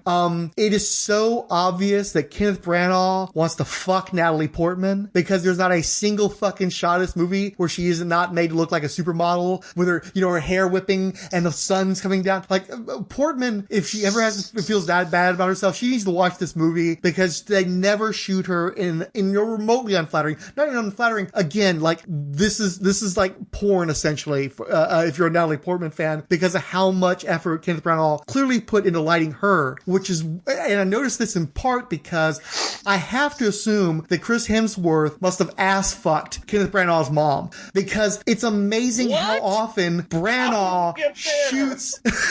It's amazing how often Branagh shoots Chris Hemsworth in an unflattering light. This is a guy who most people would say is one of the most handsome men in the world. And there are so many times where he's got like ugly cry face, or the fact that he has this weird pasty makeup on for a good chunks of the movie. I remember when Mac in the early days of the Marvel Cinematic Universe was pointing out the bleached hair, and I was like, oh, it didn't bother me. I didn't mind it at all. And then watching it again with his natural dark hairs kind of sticking out amidst all these horrible bleached blonde eyebrows and hair, it's like, this looks like shit. Who would have decided to film this guy with this fucked up hair and this fucking stage makeup from all these bad angles with all this bad lighting?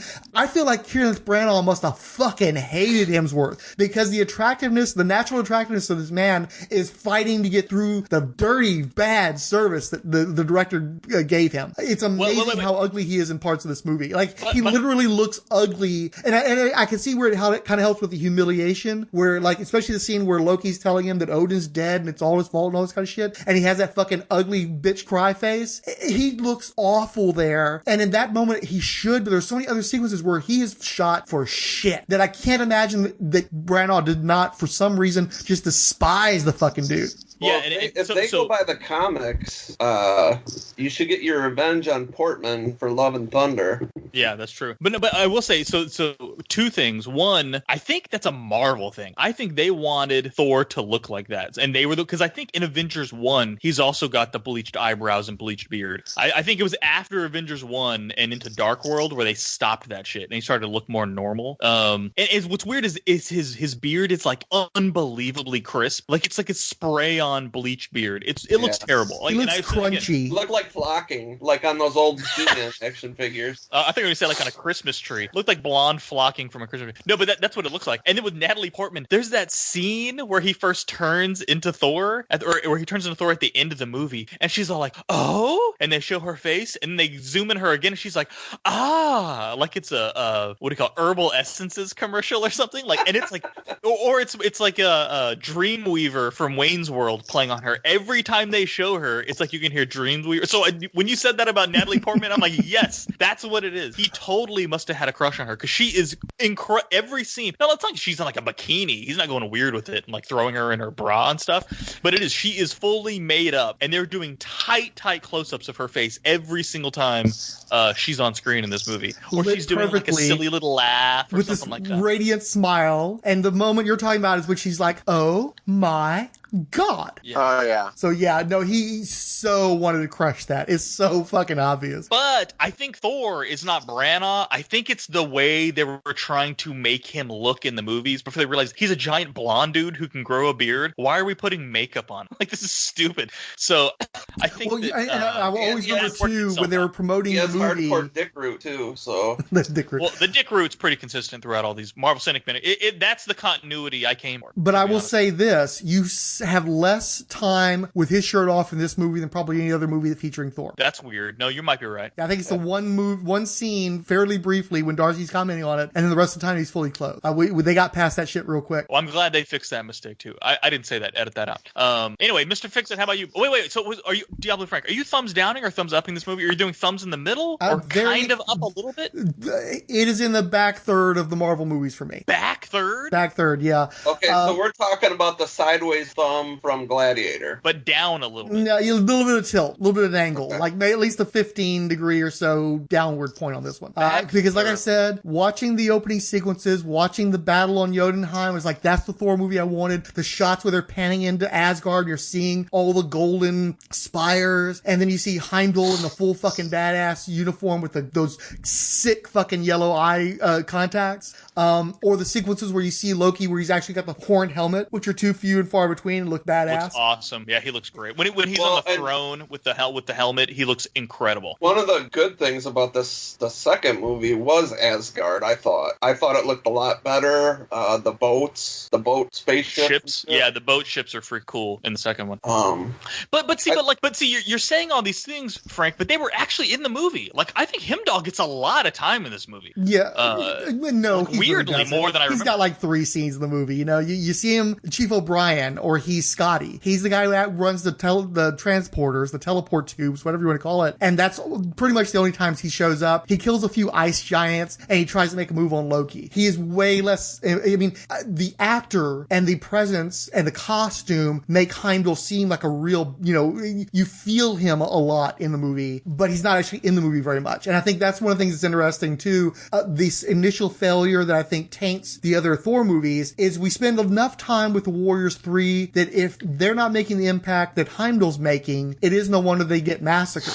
None of them, even Sif's a gorgeous woman, and I think that the actress Jamie Alexander does a good job playing her, but they give her so little due. She only really has that one badass moment. A lot of times the Warriors 3 feel like they're kind of petulant, and also they're kind of pussies because they're constantly having to bow to Thor, to Odin, to Loki, and I realize at the end they break ranks and they go off to try to find Thor and shit, but they still seem like they were like our gang or something. They don't feel like they're... What's up? I know what you're saying there, because I'm now remembering that's one of the reasons I didn't like it originally, because I had read a lot of stories that involved Sif and the Warriors 3, and they were all bad motherfuckers. Yeah, and instead, Fandral does literally nothing. He's just around. Hongun, who of course they race swap and turn him into an Asian gentleman, give him like the most stereotypical Asian voice possible. I always saw him as like Mongol in the comics, so I guess I was okay with that. But I mean, I'm not opposed to it, but they give him like this really bad stereotypical voice. Yeah. Whoa. They didn't give, the actor is Asian and he's doing a voice. They didn't fucking go get like who's the dude from The Simpsons to come in and do an Asian voice, because that guy is Asian. So they didn't tell him on the set, can you be a little more more Asian. He just did a voice. So let's chill out with your race shit in this fucking episode. Okay, well, his voice, regardless of where he's from or what choice he made, comes off very racial. Well, he's racial. He's and like his okay. And what else does he do besides? He sounds like thug number 3 in a Hong Kong action flick. Oh my God, Jackie Chan. They do call him Jackie Chan in the movie, right? Like, and he does nothing. Like, name one thing he does that's noteworthy. Who cares? The movie's not even 2 hours long, and he's barely in it. Exactly. So these are the people. This is supposed to be a supporting cast. These are the people who are supposed to be his life on Asgard that he's trying to get back to. You're wrong. And they're lame. They're boring. No, his supporting cast is Darcy, Jane Foster, and Erik Selvig. That's the supporting cast in this movie. If you're coming here like, oh, they really short-shifted fucking Volstagg, we didn't watch the same movie. And Volstagg is nothing but a series of fat jokes. And then you're talking about the people who are on Earth, okay? Darcy, I remembered her being a lot funnier the first time, and then watching it the second and the third times, it's like, no, she's just kind of annoying, and she really doesn't get that many one-liners, that many zingers. So a lot of it is Erik Selvig, who is nice enough, but basically his whole thing is trying to mitigate the problems that are being caused by Thor to protect Jane Foster. So there's not really a lot for him there either. He does have the bonding over the shared heritage and stuff, and that's nice. I'm not faulting him, good. But he's not in it a lot either. It's not even 2 hours. Nobody's really in this movie a lot. Sure, yeah. I think Erik Selvig is great in this movie. I love the bar scene. Like I said, I already made where he bails him out and is like, steroids, and that's all hilarious stuff. I'm telling you, dude, this movie, it's you don't have a lot of tastes of really anybody. Like, that's why I don't. Right, which is one of the reasons why I find the movie to be very adequate. I think that there are a lot of performers that are doing decent work, but you don't get enough of most of them to really get a feel for the world or the characters. So they're just kind of there. So to some degree, while they're very enthusiastic and they're shot okay, a lot of it is kind of enthusiastic going through the motions, like a very basic movie with a very basic plot and very basic characterization. And I realize it's the first one, but most of the other Marvel movies, I think, do a better job of it. And I think that's one of the reasons why Thor's so far on the back end for me. I do like that they make Jane Foster a scientist, which is something that I think they've done a lot in the Marvel Cinematic Universe, and I think a little bit in the DCEU as well, where they're taking these characters that were, female characters specifically, that were more subordinate and giving them more meaty jobs and more meaty careers. Same with James Rhodes, where, he used to be like this guy. Pepper Potts. Pepper Potts, too. Pepper Potts, yeah. Where they give them more substantial roles, but it seemed to me that it really was impactful with Jane Foster because she'd never been in a role like that before. Like, Fixit. Fryhole, you can back me up on this.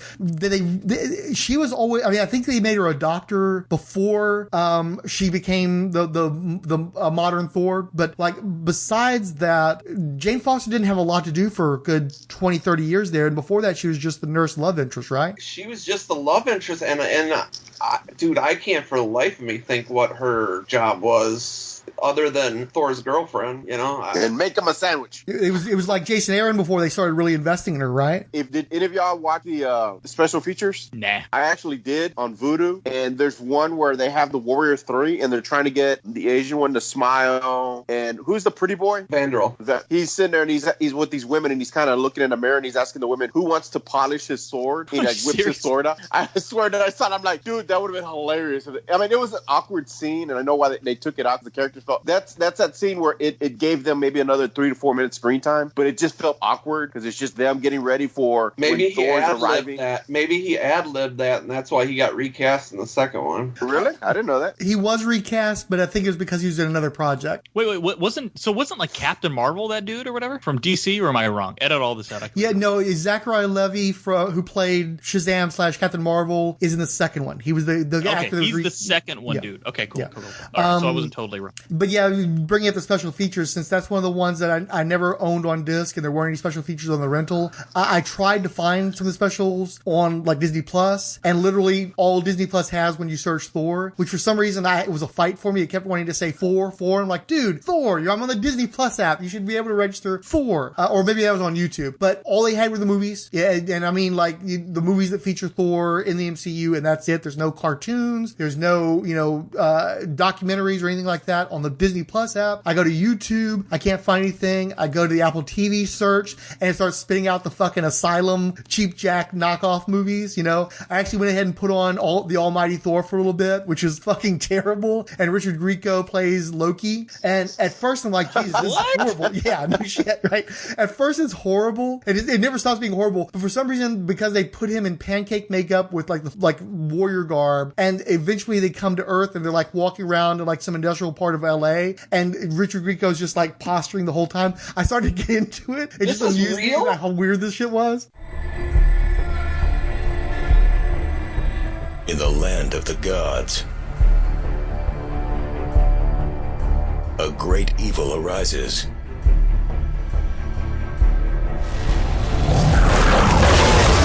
And only one man. You are our chance to save all that is good. Has the power to change the fate of men.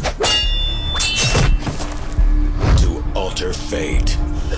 Change the fate of the gods. The final battle between heaven and hell will be waged on Earth. I sent you to hell!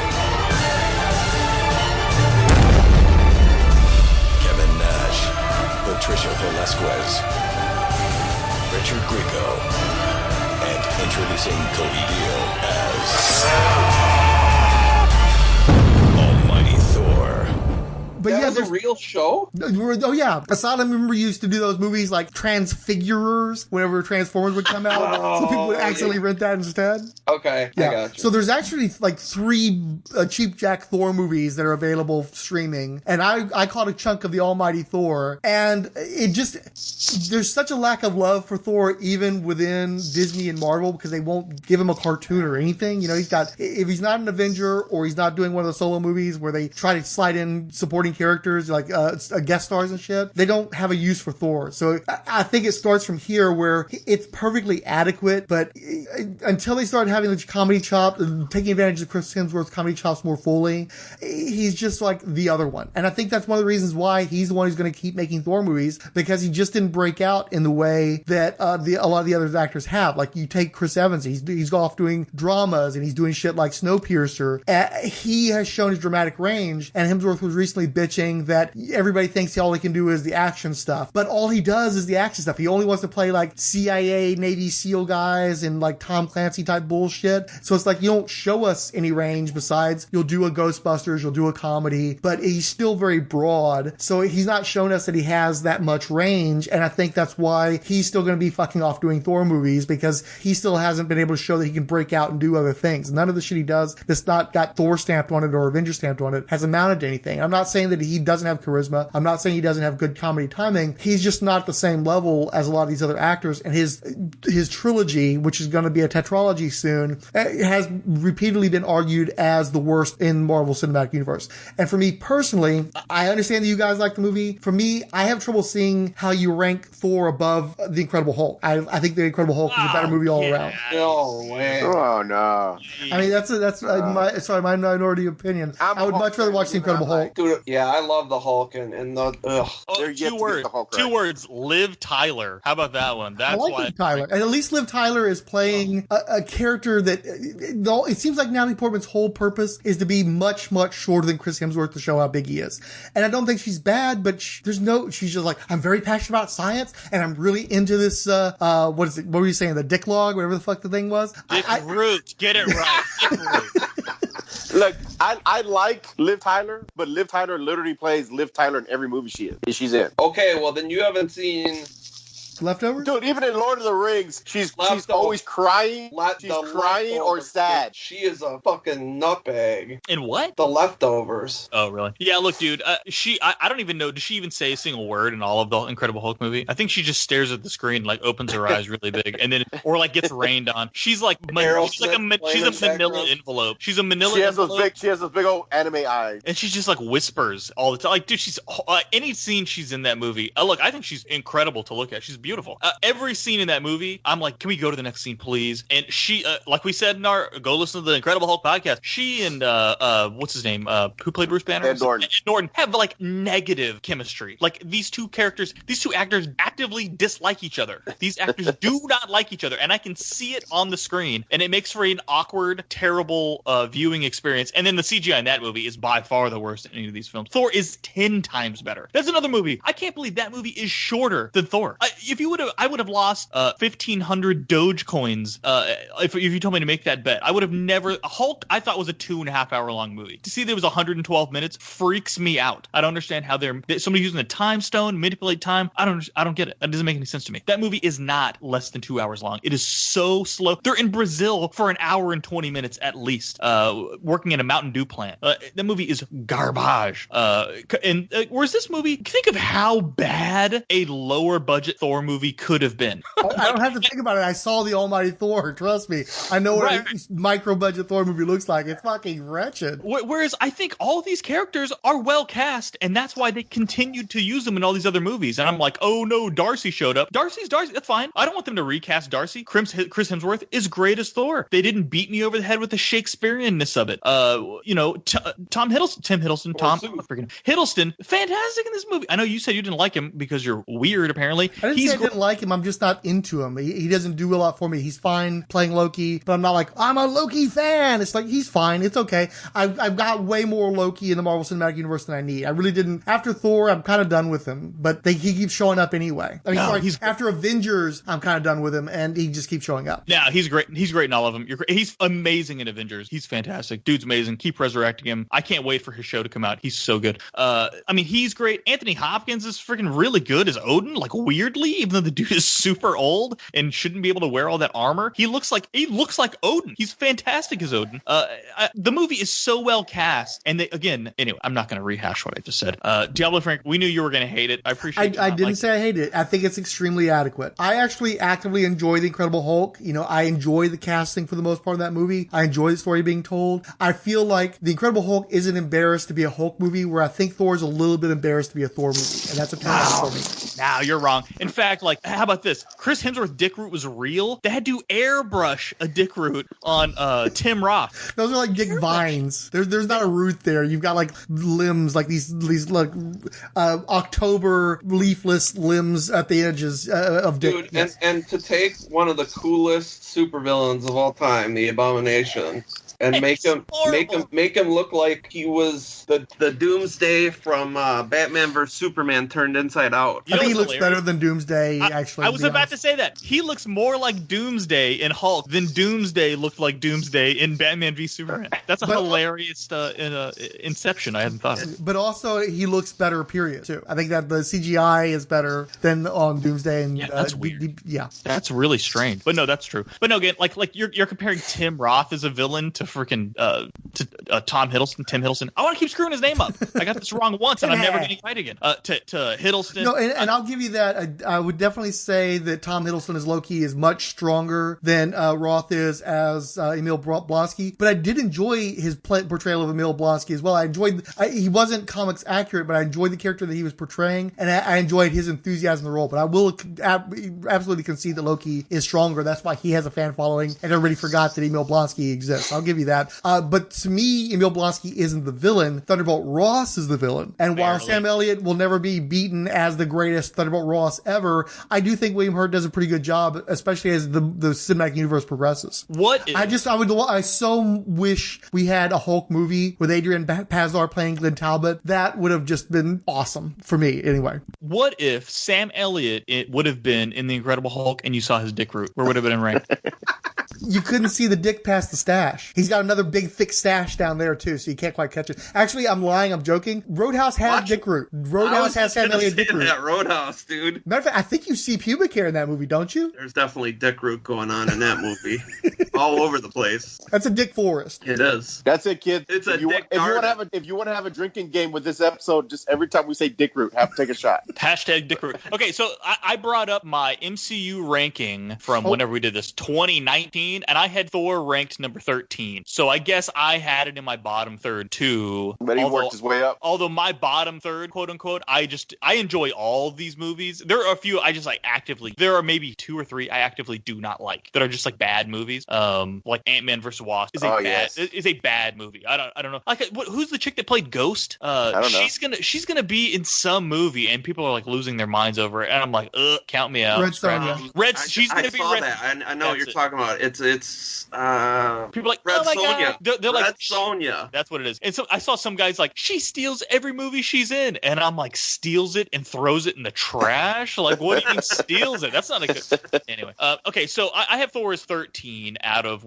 22 movies, so that's close to bottom third. The math on 13 and 22 is that it's actually right dead center in the middle. Really. That's right. No, 13 would be 26. That's half of 26, not 22. So fuck you. Thank you very much. But closer to the middle than the back, I would say.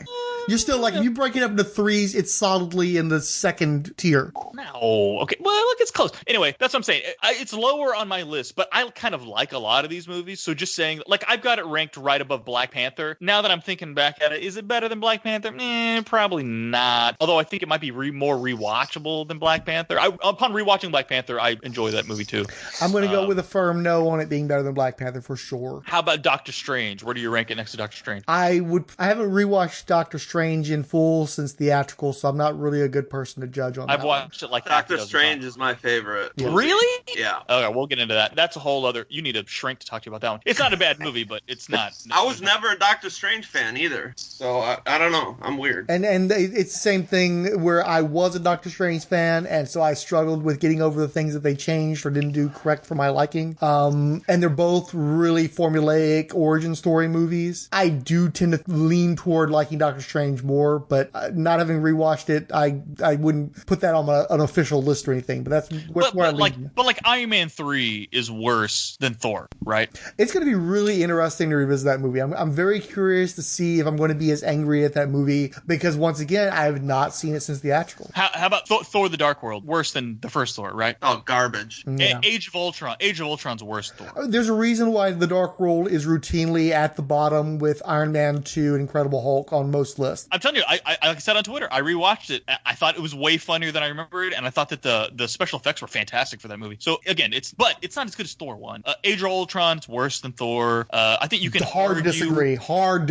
Oh, Age of Ultron is the bottom 3 Marvel Cinematic Universe. It's a train wreck. Ant-Man better or worse than Thor? I like it marginally better than Thor, but I enjoy Ant-Man. I really like the first Ant-Man. I think Mr. Fixit agrees with me. He's a huge Ant-Man fan. I've got Doctor Strange a little below. Ant-Man and the Wasp is worse. Okay, so I mean, we don't want to go through the whole list though, and I assume that when we do Avengers, we're going to at least rank the the first phase. So let's not go through the whole list and Captain Marvel. Okay, no, Captain Marvel. I fucking hated Captain Marvel, so that's actively like at very near to the bottom for me because that's a movie that I can't imagine ever getting over all the shit about it that fucking pisses me off. I get angry every time I think about that fucking movie. So yeah, no, I'm triggered. I'm triggered by the mention. The whole Captain Marvel being an old lady. I was like, fuck that, dude. Marvel was like one of the characters that got me into the Marvel universe. It wasn't. I just we rewatched it after Wonder Woman. It's not that bad. Anyway, okay. So guys, if you haven't rewatched the first Thor in a long time, okay, I'll say it's the worst of the Cap, Iron Man, Thor, the big 3 debut movies. It's the worst of those 3 movies. But I don't think that's a knock on it. No, because those other 2 were awesome. Fucking incredible, right? So if you haven't watched Thor in a while, dude, just drink a little alcohol, get some popcorn, and watch Thor. Have it on in the background. It's not a bad movie. It's not long. Enjoy yourselves, folks. It's good stuff. There were 4 introductory movies. One of them is The Incredible Hulk, and it's better than Thor. Fucking who? Incredible who? I've never heard of it. Was that Art Lang or what was the who was the director? And definitely better directed by far. Way better direction, especially the action direction is so much better than anything they do here. The only action sequences in Thor that that are really worth shit is the ones that were probably directed by the CGI department that Marvel uses. I guess the fights during the pursuit of Mjolnir are okay. I do think that there's some good, definitely some good sort of displays of the physicality of Chris Hemsworth, but in terms of actual full on, like, wow, this is an action sequence, it was all the CGI stuff that I think worked the best. So I would definitely defend Incredible Hulk against Thor. The end fight in Incredible Hulk is good. The rest of it, like the fight on the fight on the grounds of the university where they're launching the fucking jeeps and you've got the sonic blasters and shit, man. Yeah, that sequence is better than anything in Thor, period. In my opinion. And I know that that's not the majority opinion, but in my opinion, nothing in Thor is as good as that sequence. I love that shit. You're wrong. I mean, it's good, but because you have the Emil Blonsky wire work stuff, and it's, look, but that's it. Those are the only two scenes in the whole movie that's good. The rest of the movie's terrible. Nah, obviously we're going to disagree on this. Yeah, that's fine. I'm okay. Or rather, I'm going to disagree with everybody else here. I was going to say, history's on my side, so I don't need to sit here and argue with you about this shit.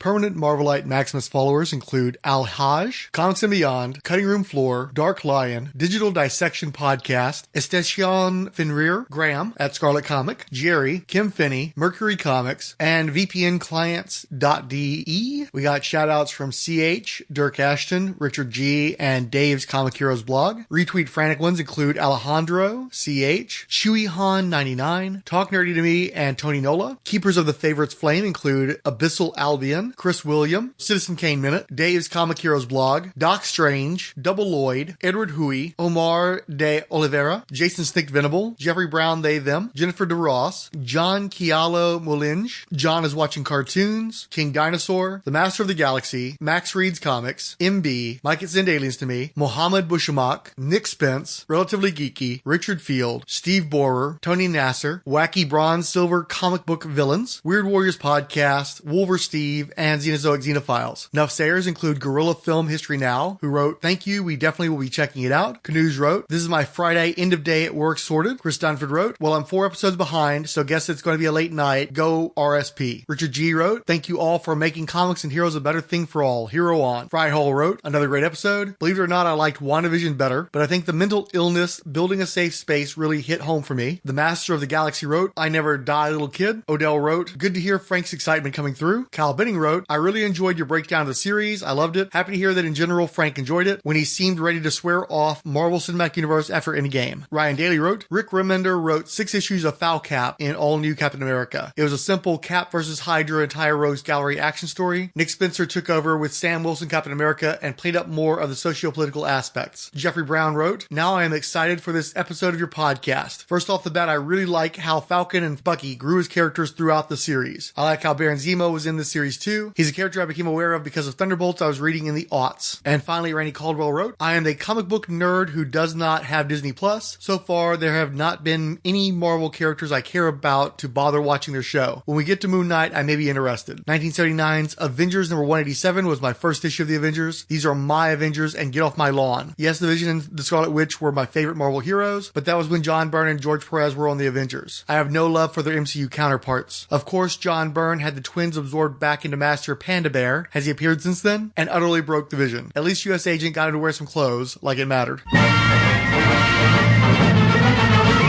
The Merry Marching Society of the Marvel Superhero Podcast. Dr. Ange, 108 Sage, Baby Skeletor, Canoes, Chris Dunford, Chris Lydon, Dirk Ashton, Green Lantern HG, Gorilla Film History Now, The Hammer Strikes, Geeky Stuff and Voiceover, History of Comics on Film, Hulkling # Black Lives Matter, Iowa Joe Crawford, Jenna Reagan, Keith G. Baker, King Size Comics, Giant Size Fun Podcast, Marvel Universe Online, Randy Caldwell, Resurrections and Adam Warlock and Thanos Podcast, Reverend Odell Abner Dracula, Richard G., Ronnie Casal, Tim Price the Podcrasher, Tony Scipione, Trans Lesbian Planet Eater, Ufta, and Zwip Jameson. I think that's actually ZWT Jameson. This has been a non-for-profit fan production from Rolled Spine Podcast. Any copyrighted material presented herein are presumed covered under fair use, with no infringement intended.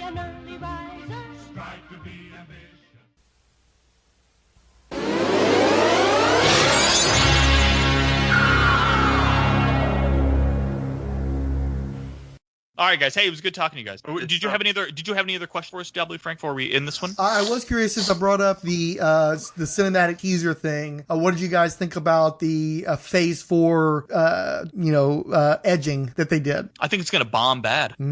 I think all these movies. I'm not interested in Eternals. I'm not interested in Shang-Chi. I am interested in Guardians 3. I'm interested in Thor: Love and Thunder. I'm not really. I don't know. I think Black Widow's going to be. But see, Black Widow's going to have nothing to do with the rest of these movies. It's kind of like a I think thing. We've very clearly shown that Marvel is not recasting the part, but they're definitely recasting the roles. So I'm pretty confident that Black Widow, I've heard complaints about it. Why are you doing a movie about a character that's dead? Well, because it's going to be where we get the new Black Widow too. So we're going to have the new Black Widow, the new Captain America, and the old Thor, and a bunch of other people, and that'll be the next new Iron Man or Rhodey or whoever it's going to be. War Machine, yeah. Yeah, I'm not super jazzed. Now, the fact that they scrubbed Brie Larson from Captain Marvel and now it's the Marvels. Right. That was very pointed. Super obvious. I think that and they've also got Miss Marvel and Miss America. Explain that to me. I don't understand. So it's not called Captain Marvel 2. It's called The Marvels. So I'm assuming it's going to be Kamala Khan, Photon. Miss America is going to be in Doctor Strange. I was thinking that she was going to be I love too that the Marvels actually has the lightning bolt that Miss Marvel has too. So they're like really letting you know this is going to be the Miss Marvel movie. And there's a lot of people like, oh, see, this is why Brie Larson killed the movie. No, they did the same thing with fucking Captain America and the Serpent Society, which I'm still waiting for that movie. I think they just fuck with people sometimes. They put a title up there because they're not sure which direction they're going to go with it, or they're going to just fuck with it. I think you're wrong. No, you're wrong. You're wrong. I think it's the Marvels. It's going to be a Photon. No, it is. It is the Marvels. But Photon. That's the one that's going to be in there too. Yeah. Yeah, but before it was just Captain Marvel 2, and everybody was like, oh, they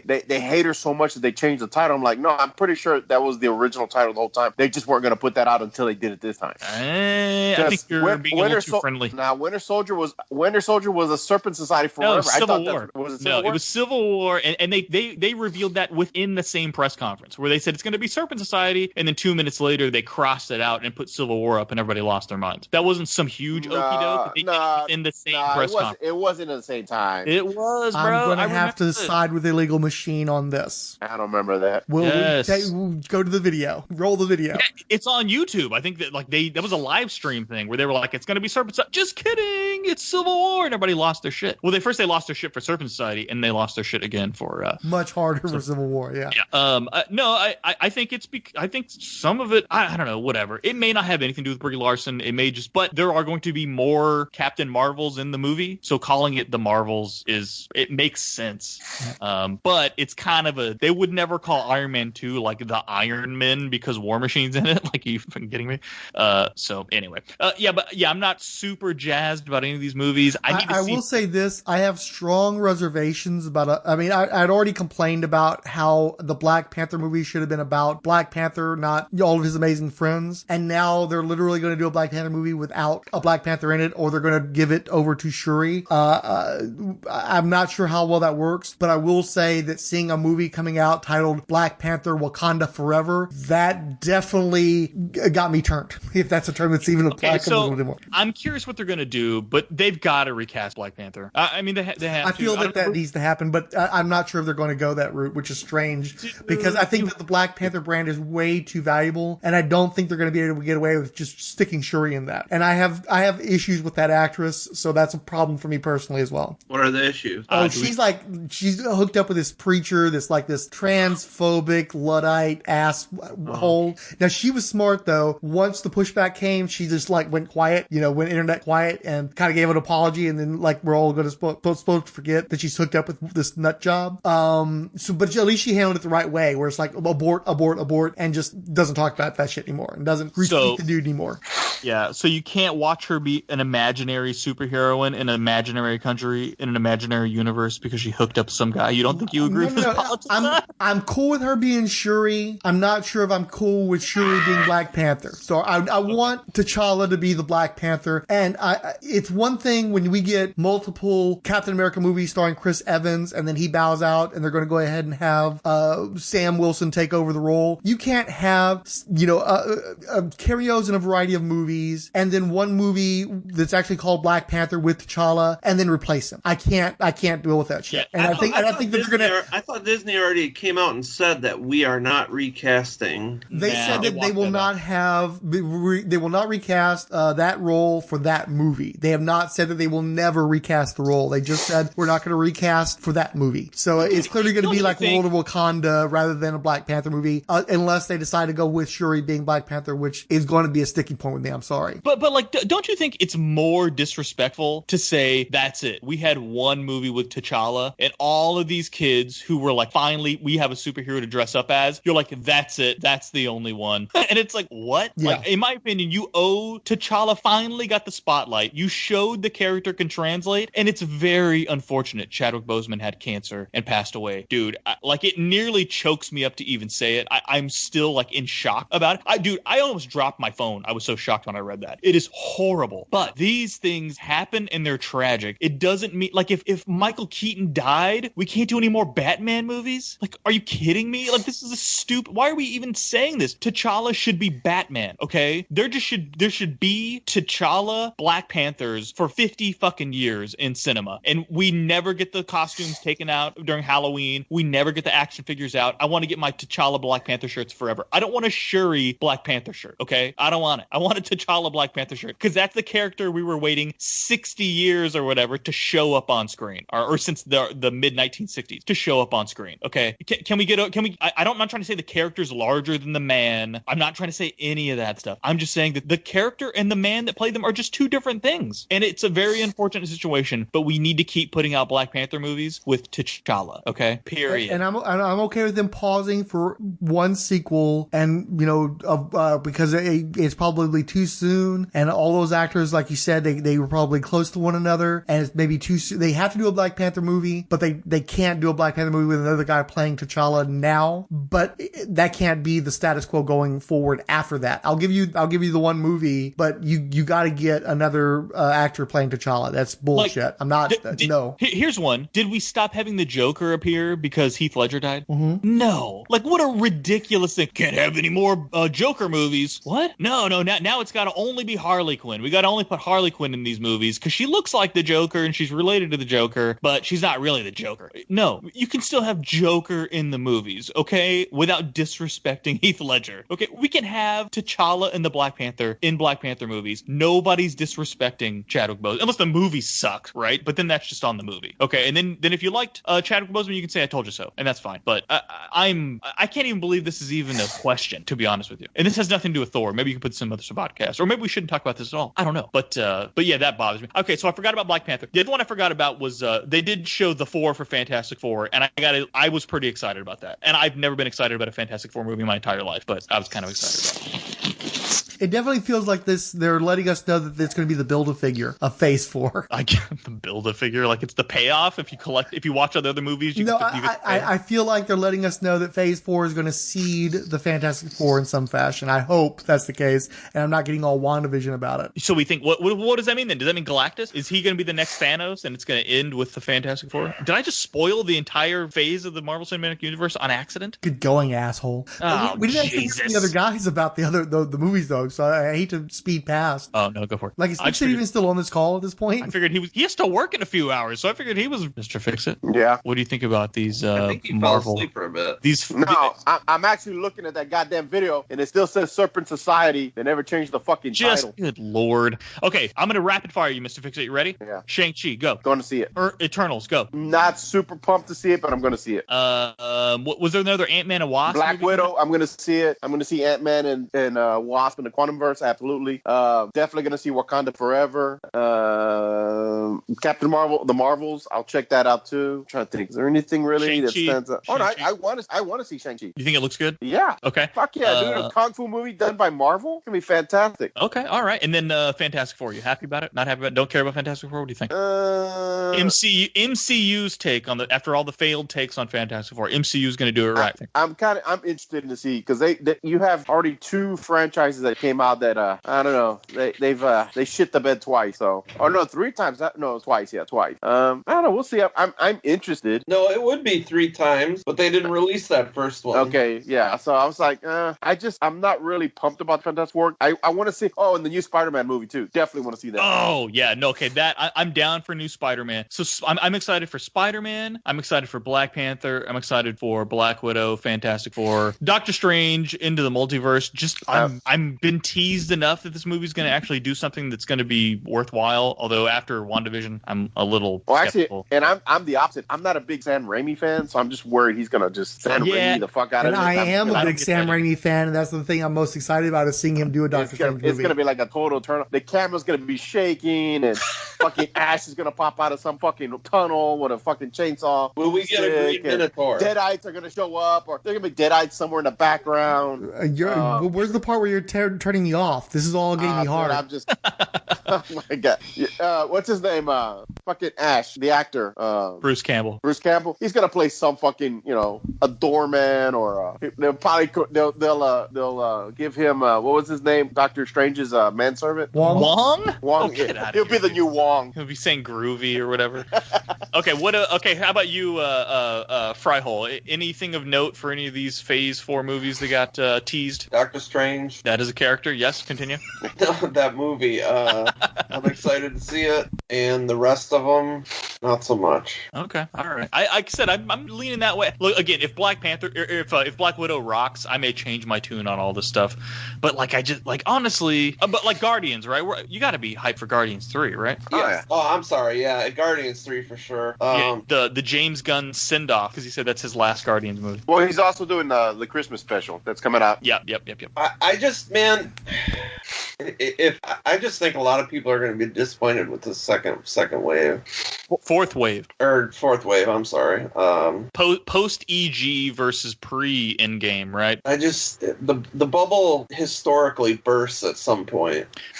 And I think it goes back to what I was talking about earlier. I think a lot of this Marvel Cinematic Universe magic may have been in the actors themselves, and they just accidentally fell ass backwards into this amazing crew of characters that we all feel like we're friends with. Like I feel like I'm friends with Tony Stark, and I feel like I want to meet Steve Rogers, and you know what I mean? Like I feel like these are all like my buddies, and that Phase 4 it's going to be, and Benedict Cumberbatch is not one of those dudes, and Brie Larson was not one of those characters. She's not Scarlett Johansson. Peter Parker. Yes.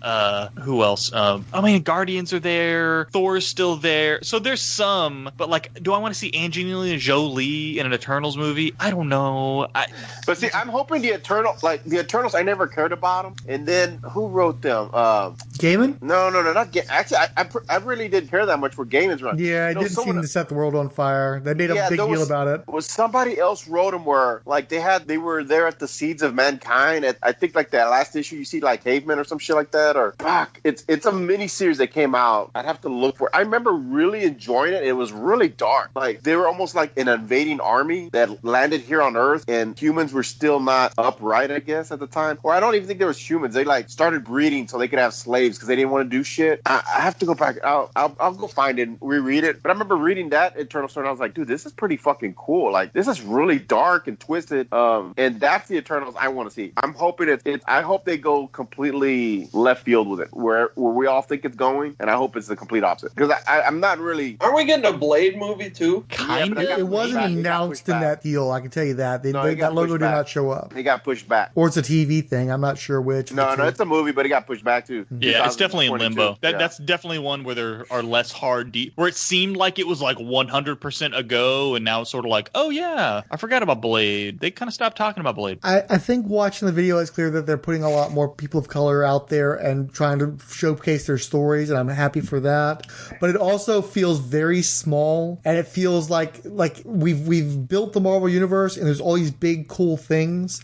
And with the Eternals, I was thinking something more along the lines of a Ragnarok, where it was going to be really colorful and really fantastic. And we're seeing like people on horses and people in regular street clothes hanging out and stuff. You only got that one shot of Angelina Jolie with the glow sword thing. Shang-Chi, I watched that trailer and that. Kung Fu fan. I knew you weren't going to like Shang-Chi. Yeah. I'm not a what fan though? I said you're not a Kung Fu fan. I knew that you weren't going to like Shang-Chi when they announced it. I was hoping that Shang-Chi... You gave me your copy of Enter the Dragon. Blasphemy. Well, I like Enter the Dragon, okay. I just didn't feel the need to own it. But it's like, I wanted that to be more like Enter the Dragon. It's like I'm looking at it and we're seeing the bracelets instead of the rings, and we're not really emphasizing the connection to Iron Man, it seems like, and you've got the goofy sidekick that's going to be running around with Shang-Chi, and it doesn't seem like they're doing the spy stuff, and it's just like, it feels small, and it doesn't have enough color, it doesn't have enough pop, it doesn't have enough of the elements that we've come to expect from the Marvel. It looks like another round of Phase 1 origin stories.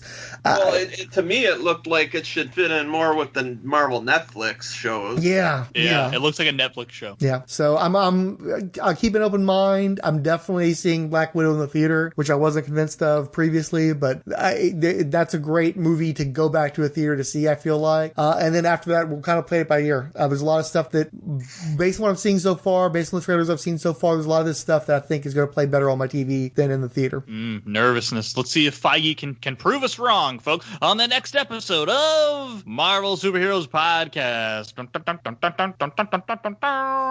Thank you. For our final song of the night, we wanted to just sing a tribute to my nephew Sven's favorite podcast, the Rolled Spine Podcast, with amazing podcasts such as the Marsupials Podcast and one song each in the Head Diabolus. So this one's for you, Rolled Spine. 1, 2, 3, 4.